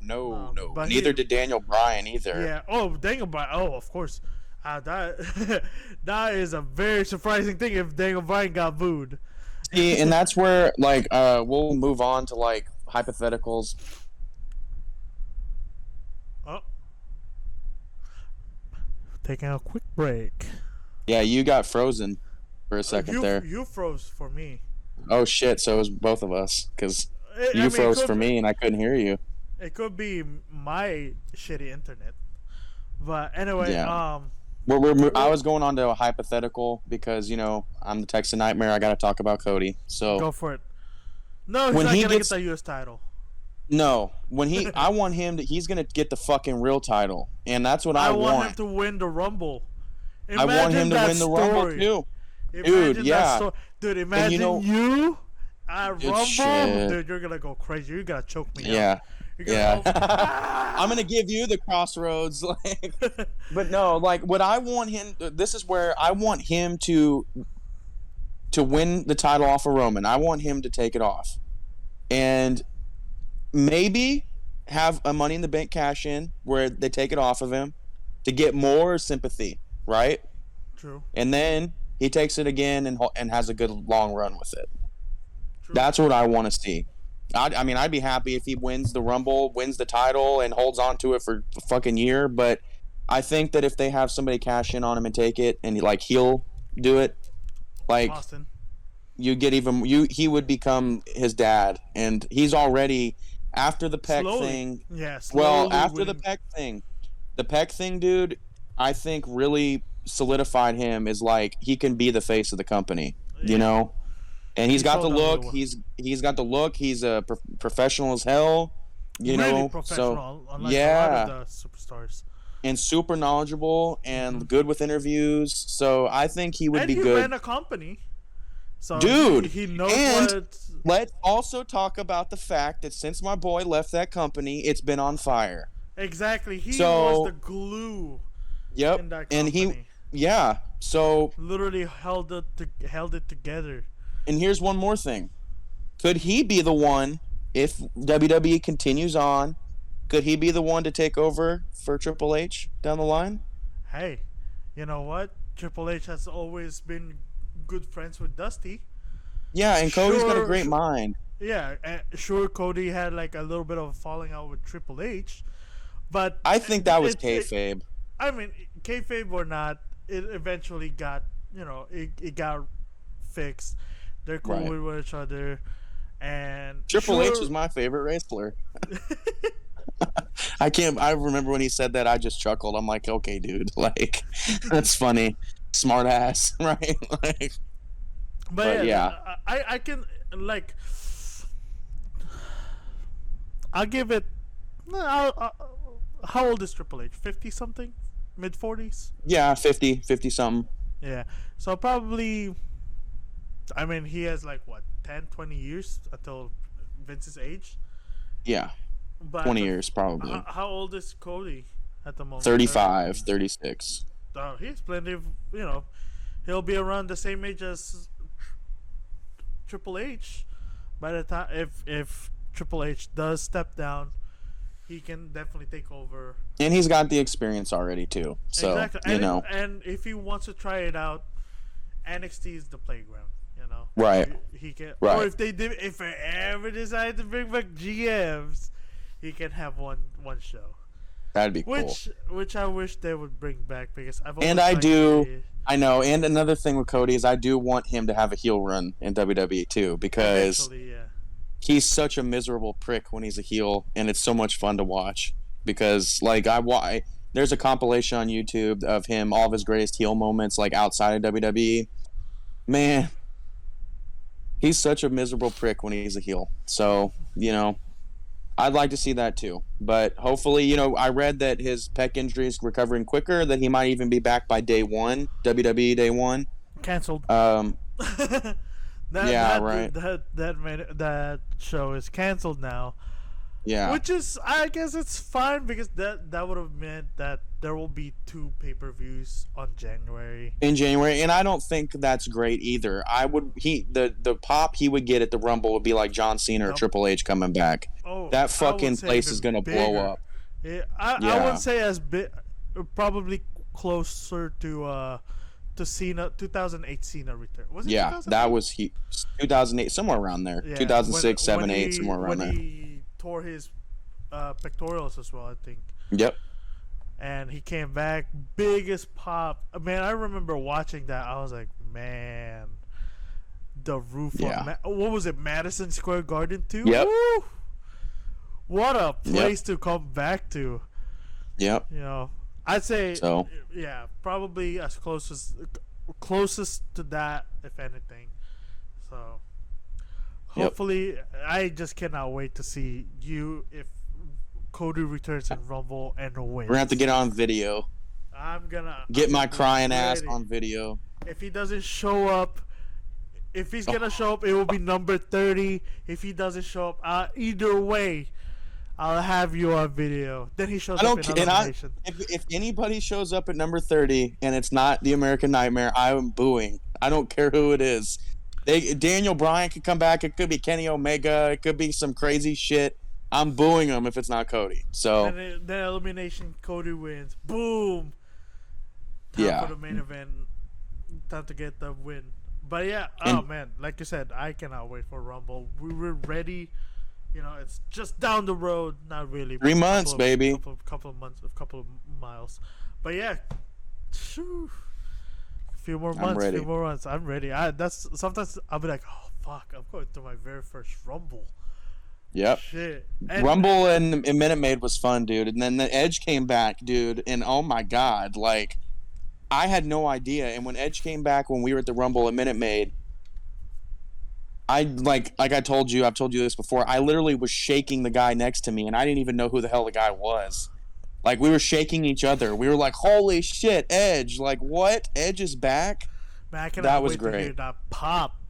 Yeah, When Austin came back for night 2, that was a big that pop. was a pop. That was his first. I was just like, what the fuck? You know what's crazy is the first night, I thought Cody's pop was bigger than Stone Cold's, and then the second night, Stone Cold's pop was the biggest pop of WrestleMania weekend because it was unexpected. For that night, everyone thought he's just gonna be there for one night. But I could feel it. I could feel it whenever Vince was doing his shit, and then I was like, "There's only hold on one man who can take down the big guy." I told Olivia. I was like, Olivia, you know what? I think Stone Cold might come out here, and then the glass shatters, and everybody's like, oh. Oh, dude, I was rewatching the videos I took. I couldn't hear shit for Cody or Stone Cold's intro. No. I was having the hardest time hearing the audio from them. All I hear was people cheering left and right, and I remember thinking, holy fuck. It's so cool to be a part of shit like that. Like I wasn't sure. I don't know if it's because I'm not singing with you guys or I don't really know how to like react because it's my first. I've never been to a wrestling show. I haven't seen wrestling TV show, like any wrestling for the past decade. So seeing that, like, or more than a decade.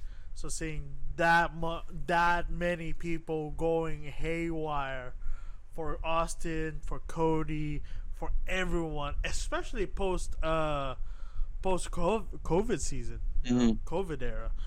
Remember when they came back, Money in the Bank, SmackDown, everyone was popping for everyone. They were happy.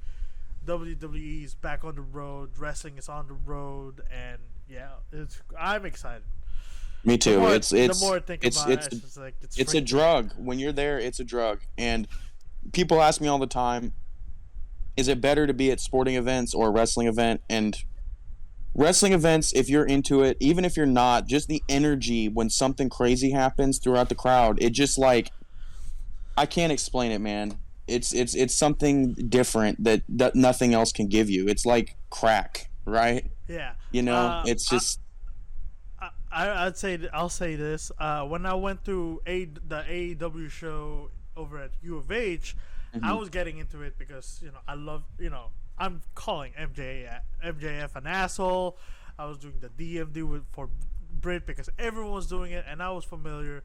And of course, I'm looking over to my side. I see one of my friends passed up for being too high, and the other one is just vibing. He has a beer in one hand, and just like, just observing the room, the area, and I remember thinking, I was like, that was just like me, but in a way bigger arena. My very first wrestling event was WrestleMania. WrestleMania, yeah, that's a hell of a way to break your virginity. Yeah, and it's funny because every time I bring it up, it's like, oh, you watch wrestling? It's like, yeah. Oh, you've been to a live event? Yeah, I went to WrestleMania. That was my very first one. It's like, what? When? Oh, this past April. I was like, what? Where? Dallas. He's like, no way. That must have been crazy. I was like, I may not have been a full-on wrestling fan, but goddamn, those people were. And if I say people being a big fan, they were the. I've been to football, soccer, baseball, basketball games. I would say baseball, maybe more recent years, baseball has gone up when it comes to pops, but maybe basketball will be the lowest, then football. Soccer? Yeah, people go crazy for soccer. Soccer, dude. And I'm not just talking about pops. When I went a few months ago, and they had like the Dynamos had had recruited a guy from either Chelsea or Madrid. I don't remember. It's one of those European countries. They hired him, and I took my best friend who was really big in soccer, and he was going, yeah, I don't really Dynamos. Who the fuck cares? I don't want to see them live. I was like, come on, I got free tickets. Just come with me. He's like, fine. After that, he was like, when I get a job, I'm buying season tickets. I was like, fuck you. I got you there. And ever since then, I keep telling him, have I done you wrong? And like every time I invite him to places that he doesn't want to be in, I'm like, have I done you wrong? You know, it's funny. I've never been to a soccer event, and I've never been into soccer. I watched the World Cup, but soccer I've never gotten into, and it's because I sucked ass at it when I was a kid. Football, baseball, basketball, golf, I was always good at, but soccer I could not do, and so I never liked it. I've never been to a Dynamo match. So one very interesting about the Dynamo match I went to was that there was a band, and I know it's a band because the entire section was moving. Really? Yes. Damn, dude. And they were singing from the beginning of the game to the end of the game, non-stop, even with the break in the middle. They were still going at it, and I'm just like, I've never seen this in any other sports event. Maybe like closest will be wrestling, but to go non-stop, not even wrestling can go that long. And wrestling is like, what, 4 hours long sometimes, maybe even 5 if we're waiting. That's now one thing I will tell you is that if you ever have a chance to go to like Yankee Stadium during the playoffs, that shit is fucking insane. Like, I hate the Yankees. I hate their fans, dude, but they are loud as hell. And they do the whoa the whole time. And they get that place rocking too. Denver, the Broncos, man, dude, they literally, like, when the crowd gets crazy, you can feel the ground shake. Like that, I just love that shit in anything. Like but wrestling for me, it's when I was like you, and then I went to the Rumble. And I was like, okay, I'm back into this shit. You know, like I'd been watching it, but that hooked me like a drug, you know? WrestleMania definitely did that to me. Yeah. Even though I had to watch a TV screen up top, not, very tiny squared circle on the bottom. Right. I was still... but it's the energy. The energy is what you pay for. It's what you pay for. And to say you were a part of it. Mm-hmm. When I went to AEW, since I see them a lot closer, since it's just literally intimate, very close. I was surprised. I was like, "What the fuck? This is tiny." If only. But it was still loud though, because it's intimate. Yeah, and it's a small was yelling place. Asshole. Everyone was flipping MJ off. I think someone threw something, which is dude. They had to when we went to the soccer match. The announcer had to literally had to threaten us to stopping the game, just to have us stop throwing shit into the field. And one of the Dallas FC players got pelt in the face, and I was just like, that's what you get. People were throwing, you kept instigating, and you got close. You really didn't think that through, did you? Right. Typical Dallas people. Yep. Always a 1-star. But anyway, going back to wrestling, so pretty much live events, there are a spectacle. Yep. Literally, whatever they, every time they hype it on Raw, SmackDown, whatnot, what they're saying is, it's a spectacle. WrestleMania was awesome. And watching the Big Four, especially WrestleMania and Royal Rumble on TV, doesn't do it justice. Yeah, I'm fine if I like definitely. That's why I'm, like when you mentioned Royal Rumble was gonna be in San Antonio, I'm like that We're is going. I, I I don't care if it's just gonna be me or if I'm gonna go with friends. I'm gonna watch it because Royal Rumble is one of the, in my opinion, I've always loved the Royal Rumble. WrestleMania because it's the big show. A lot of The people biggest love the show. Rumble more than WrestleMania because of all the crazy returns and reveals and Exactly. stuff. The cameo, the appearances, the cameos, you know. But yeah, and I don't really care about Survivor Series and Nah, me SummerSlam neither. because SummerSlam is just WrestleMania during the summer, And which I is would weird. go. I would Yeah, go, but I don't care. I wouldn't I would. mortgage my future to go. Yeah, I'm willing to just watch it on TV. Right. Survivor Series, I'm willing to watch a steel cage Right. live. You know, but I feel like if I'm gonna enjoy that completely, I gotta be front and center. So Right. I'll definitely wait up on that one until I got some moolah saved up, Right. and if they're close by, if Yep. they're, I don't wanna Blink 182 much for my wallet, you know. But anyway, yeah, live events. If any of you haven't gone, at least go to like a live event. I heard they're more. I don't know if they're more fun than regular tape They're more shows. intimate and they like play to the crowd more, and they're more. Yeah, It's more. They're more real. It's not all character. You yeah, know. yeah. That's true. That's true. Yeah. But anybody that's, even if you're not a wrestling fan and you get a chance to go, At least once. it's going to be fun. You have to go. You just have to, and you'll see why a lot of us are obsessed with wrestling. Hmm. I was like, I'm not gonna say I'm obsessed with wrestling, but after WrestleMania, dude, you know what I can only talk about sometimes?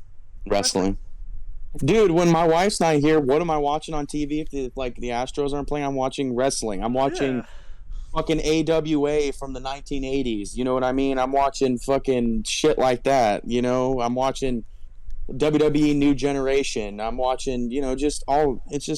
It's a Dude, drug, and when I went to Colorado by myself, all the there was I took one day instead of going around the city. I literally just stayed at home at my B and mhm, B, watched Back to the Future, and watched wrestling events. yep, Or not events, matches. Literally right, went through Seth Rollins versus Finn Balor match, the triple threat woman takes all WrestleMania main event, 35 main event match. mm, Batista versus Triple H, John Cena versus JBL, Ray versus Eddie. It's just like something about. And if someone asks me, what is what is something that wrestling got you hooked, and I'll be like, I don't know, I just enjoyed it. Sure, you can say sure it's fake. No, it's choreographed. Like who says it? Ric Flair. It's right, not fake. It's choreographed. It has its own appeal, and most of it, like now that I've grown up and looking back, most of them, most of those are improvised. They'll talk hmm. about spots, but like Something happens, and they have to do it improvise on the right away. fly. Hmm. Yep. Like when Seth Rollins and Orton trying to do that RKO out of nowhere, they mentioned they couldn't get in rehearsals at all. Right.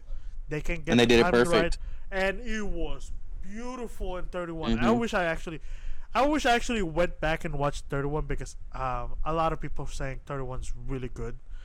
Um, in terms of cards, sure, none of the new guys won, or most of the non new guys didn't win. But it was still a good pay per view. 33 I watched only because of the ladder match because I'm a Hardy fan. It I was a Hardy sucks. fan for a while It sucks. until, It sucks what happens. What's been happening well, with. with Jeff, I understand because I've had some of the similar problems. It's just they're too old, and Yeah, I don't they're still like doing all the I dangerous don't like stints. that, and I don't like the fact that AEW allows their wrestlers to fucking kill themselves, like Hangman Adam Page, like damn near died, like Oh yeah, Tuesday, I heard about that. like Yeah. just it's What just happened to stupid, him and then anyway? They were doing the lariat clothesline, and I guess he didn't duck correctly, and he got his head taken off, and like he had to be stretchered out. You know, they had to stop I saw everything. the stretcher stuff, but I didn't see.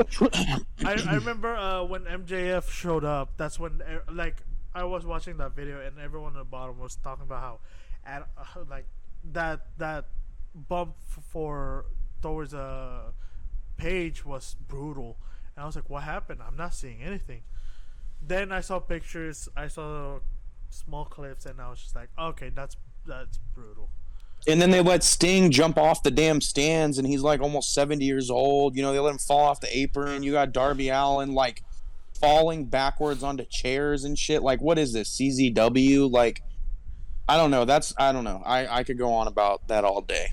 It's just I don't like that promotion, and I can't. I have tried to watch. Like I tell you, I have tried to watch it so much, and the only thing that I like is MJF. Everything else, Honestly, even Chris Jericho, well, like Chris Jericho is past his prime. For me, definitely MJF and Bryan Danielson, but Bryan Danielson is just like looking to fight. He's doing the same, and he's doing the same shit he was doing in WWE, and but worse because like he's not like the way he lost to Jericho was bullshit. Like just the spinning back elbow. Like I know that's the sports entertainment factor, yeah. But golly, dude, the Judas effect is the same thing as what was Cena's sixth move of doom? Yeah, it's so to me, why it's an insult to the business. And like obviously I'm not a wrestler, and if Chris Jericho was around he would tell me, oh well, you're just a mark, but that shit is an insult to what we love. Yeah. And I know I'm a mark, but he insults what we like by doing that shit. And he makes a mockery of what wrestling has been for years. I just hope he brings back the code breaker. I really like that. But he's so old that he probably can't do that without killing himself. That's true. Because you gotta think he's slamming on his back, and that's where like I feel like Orton is having problems right now with his back from all the RKO bumps he's taken. In his shoulders, and hopefully sometime soon we get him back. And maybe Rumble. I'm hoping Rumble, dude. Two pops in one night. Whew. You pop for Cody, I pop for Orton, bro.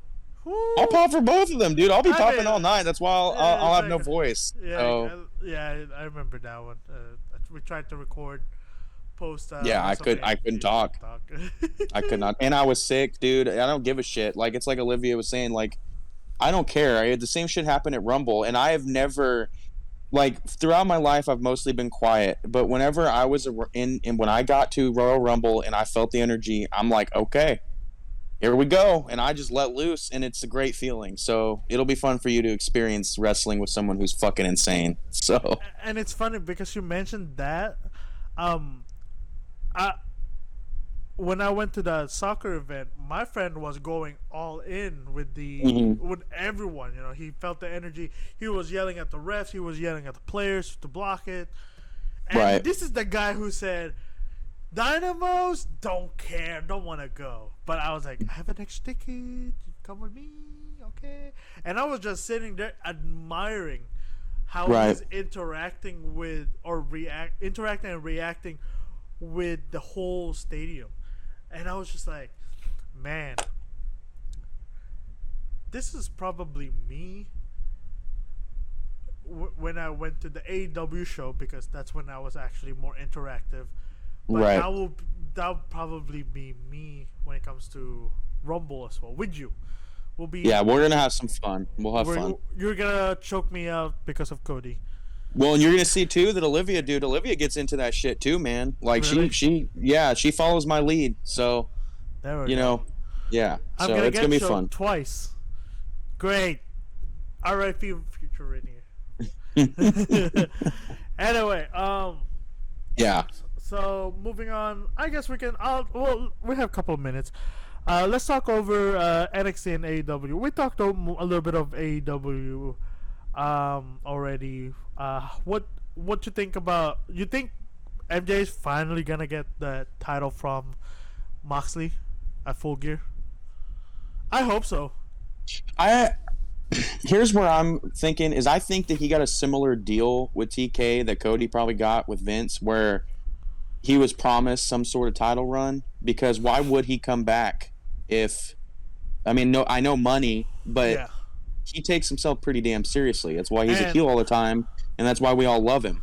And I think that he's got to get the title off of Moxley, and Moxley needs some time off because he was already supposed to go on vacation until Punk's bullshit. So I think he'll take it off of him. also another one in regards of MJF. What do you think about the promo battle between him and Regal? I thought Yeah.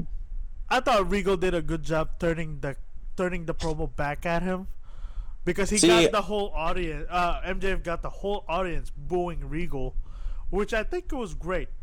And then Regal to turn it back at him. Not really the whole audience, but just the promo, turning it back to MJF was a good save. It's good work. It's good work. And see, the thing is work. that Regal. I think Regal. I like William Regal. I do, but I think that he's glorified a lot more because of the era he came from. You know, when he was in WWE, a lot of people really didn't give a shit about him. And then all of a sudden he went to NXT and ran NXT, and then that's when people are like, it's like a nostalgia thing, right? So, but I like everything that MJF does, dude. Like, even when he came out in the Bills jersey and was like acting like he was going to be faced and everything. Oh yeah, after he as corny as that was, like, and then he was trying to rip his dress shirt off and he couldn't get it off. Just the shit he does, man, is hilarious. When he's on podcasts and he's just a douche to everybody, I love it, man. Like I've told Olivier before, like I want a good birthday present would be buying a cameo of MJF cutting a promo on me, and it would also delivered.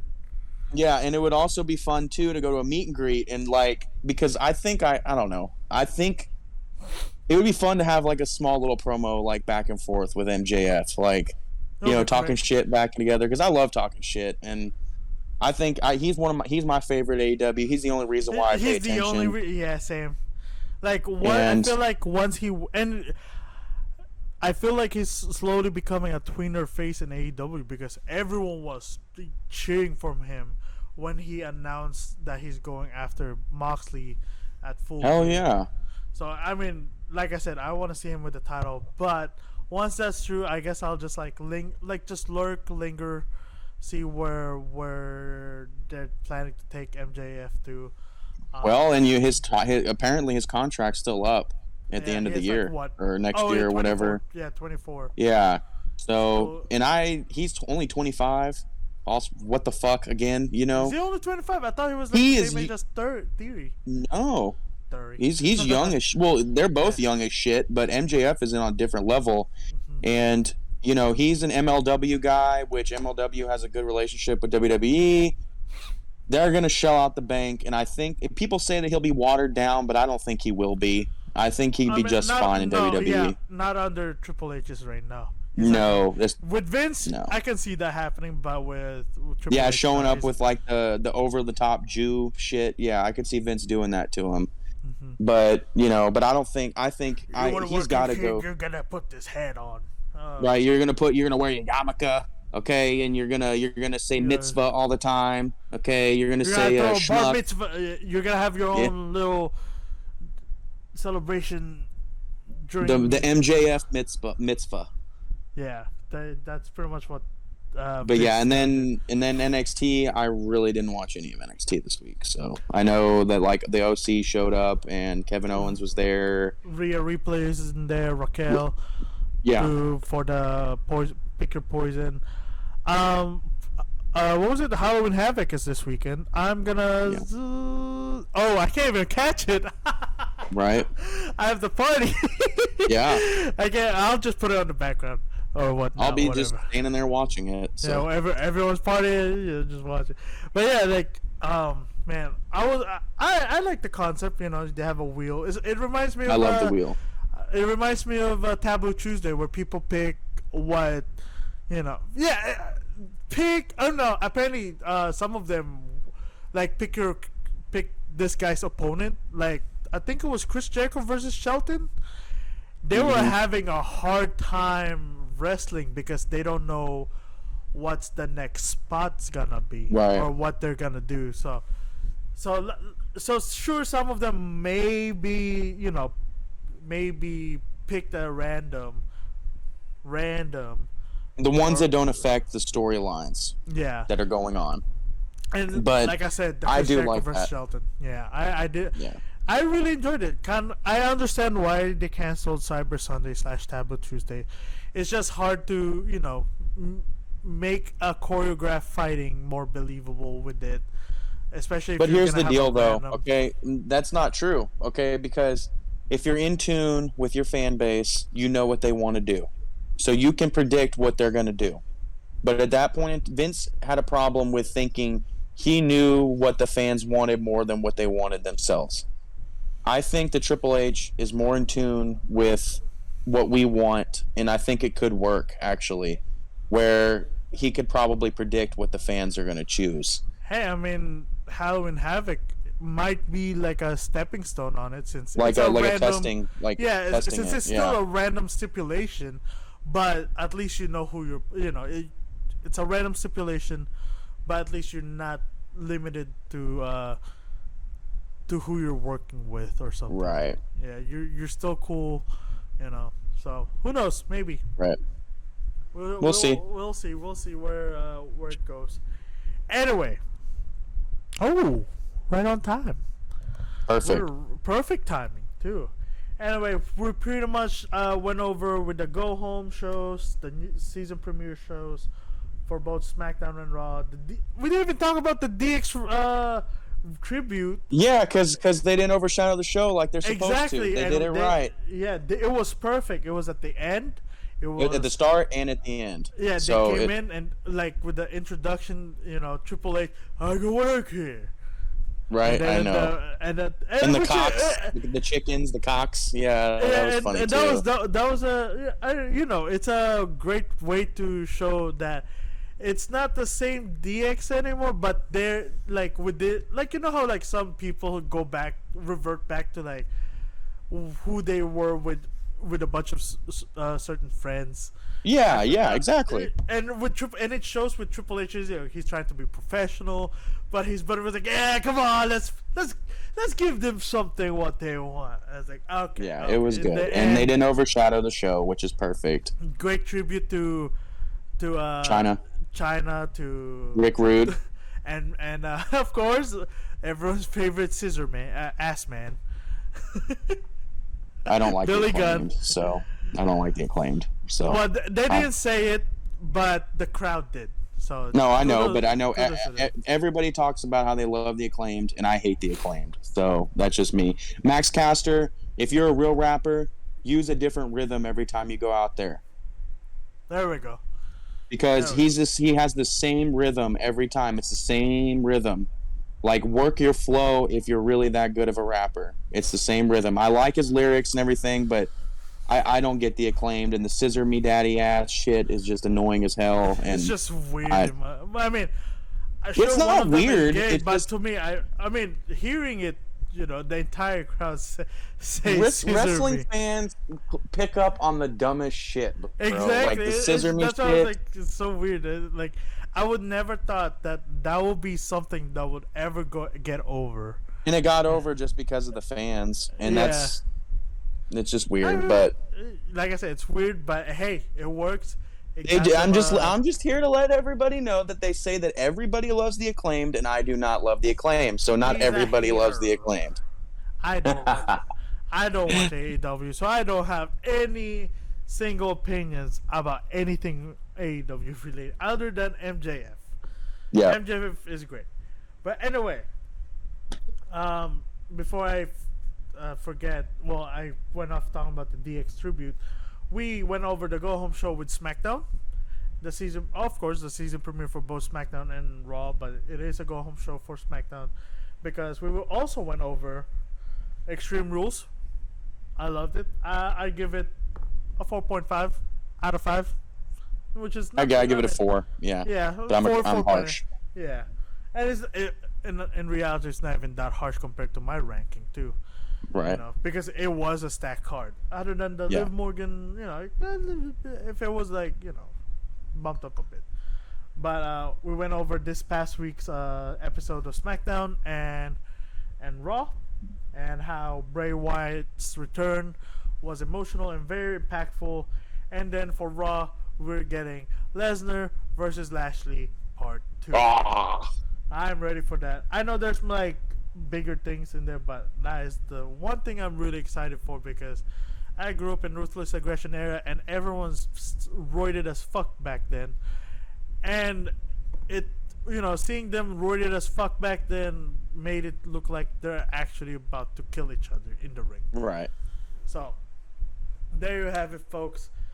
The Cowboy Burrito, that's me, and the Texan Nightmare, always on the fly. You can find us on Mark's Wrestling Podcast Instagram.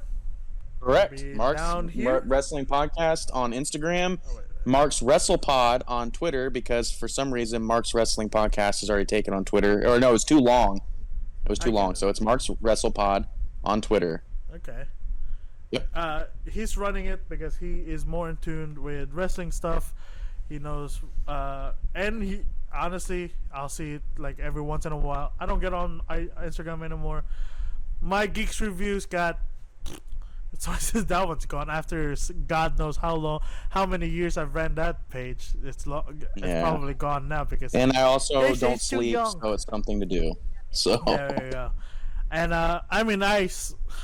unlike you, I sleep. I work, I sleep.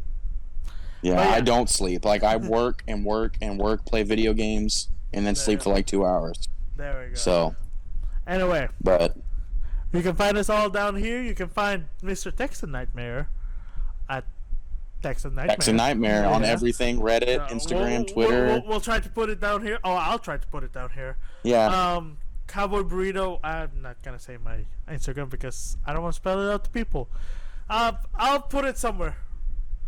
You gotta get with the ball game and and change it to Cowboy Burrito so it's easy to find you, man. Man, I just like the. I mean, it's Christmas time. No, I like yours too. I know. Christmas time is coming up. Red Nose Rainier is coming back, so one day you'll see me with a different headgear. Maybe some fucking antlers. Antlers, a red nose, some, or maybe a sun head. I don't know. Who knows? Anyway, Texas Nightmare and I would like to say thank you for tuning in, and we'll see you on the next one. Bye-bye. Hasta luego.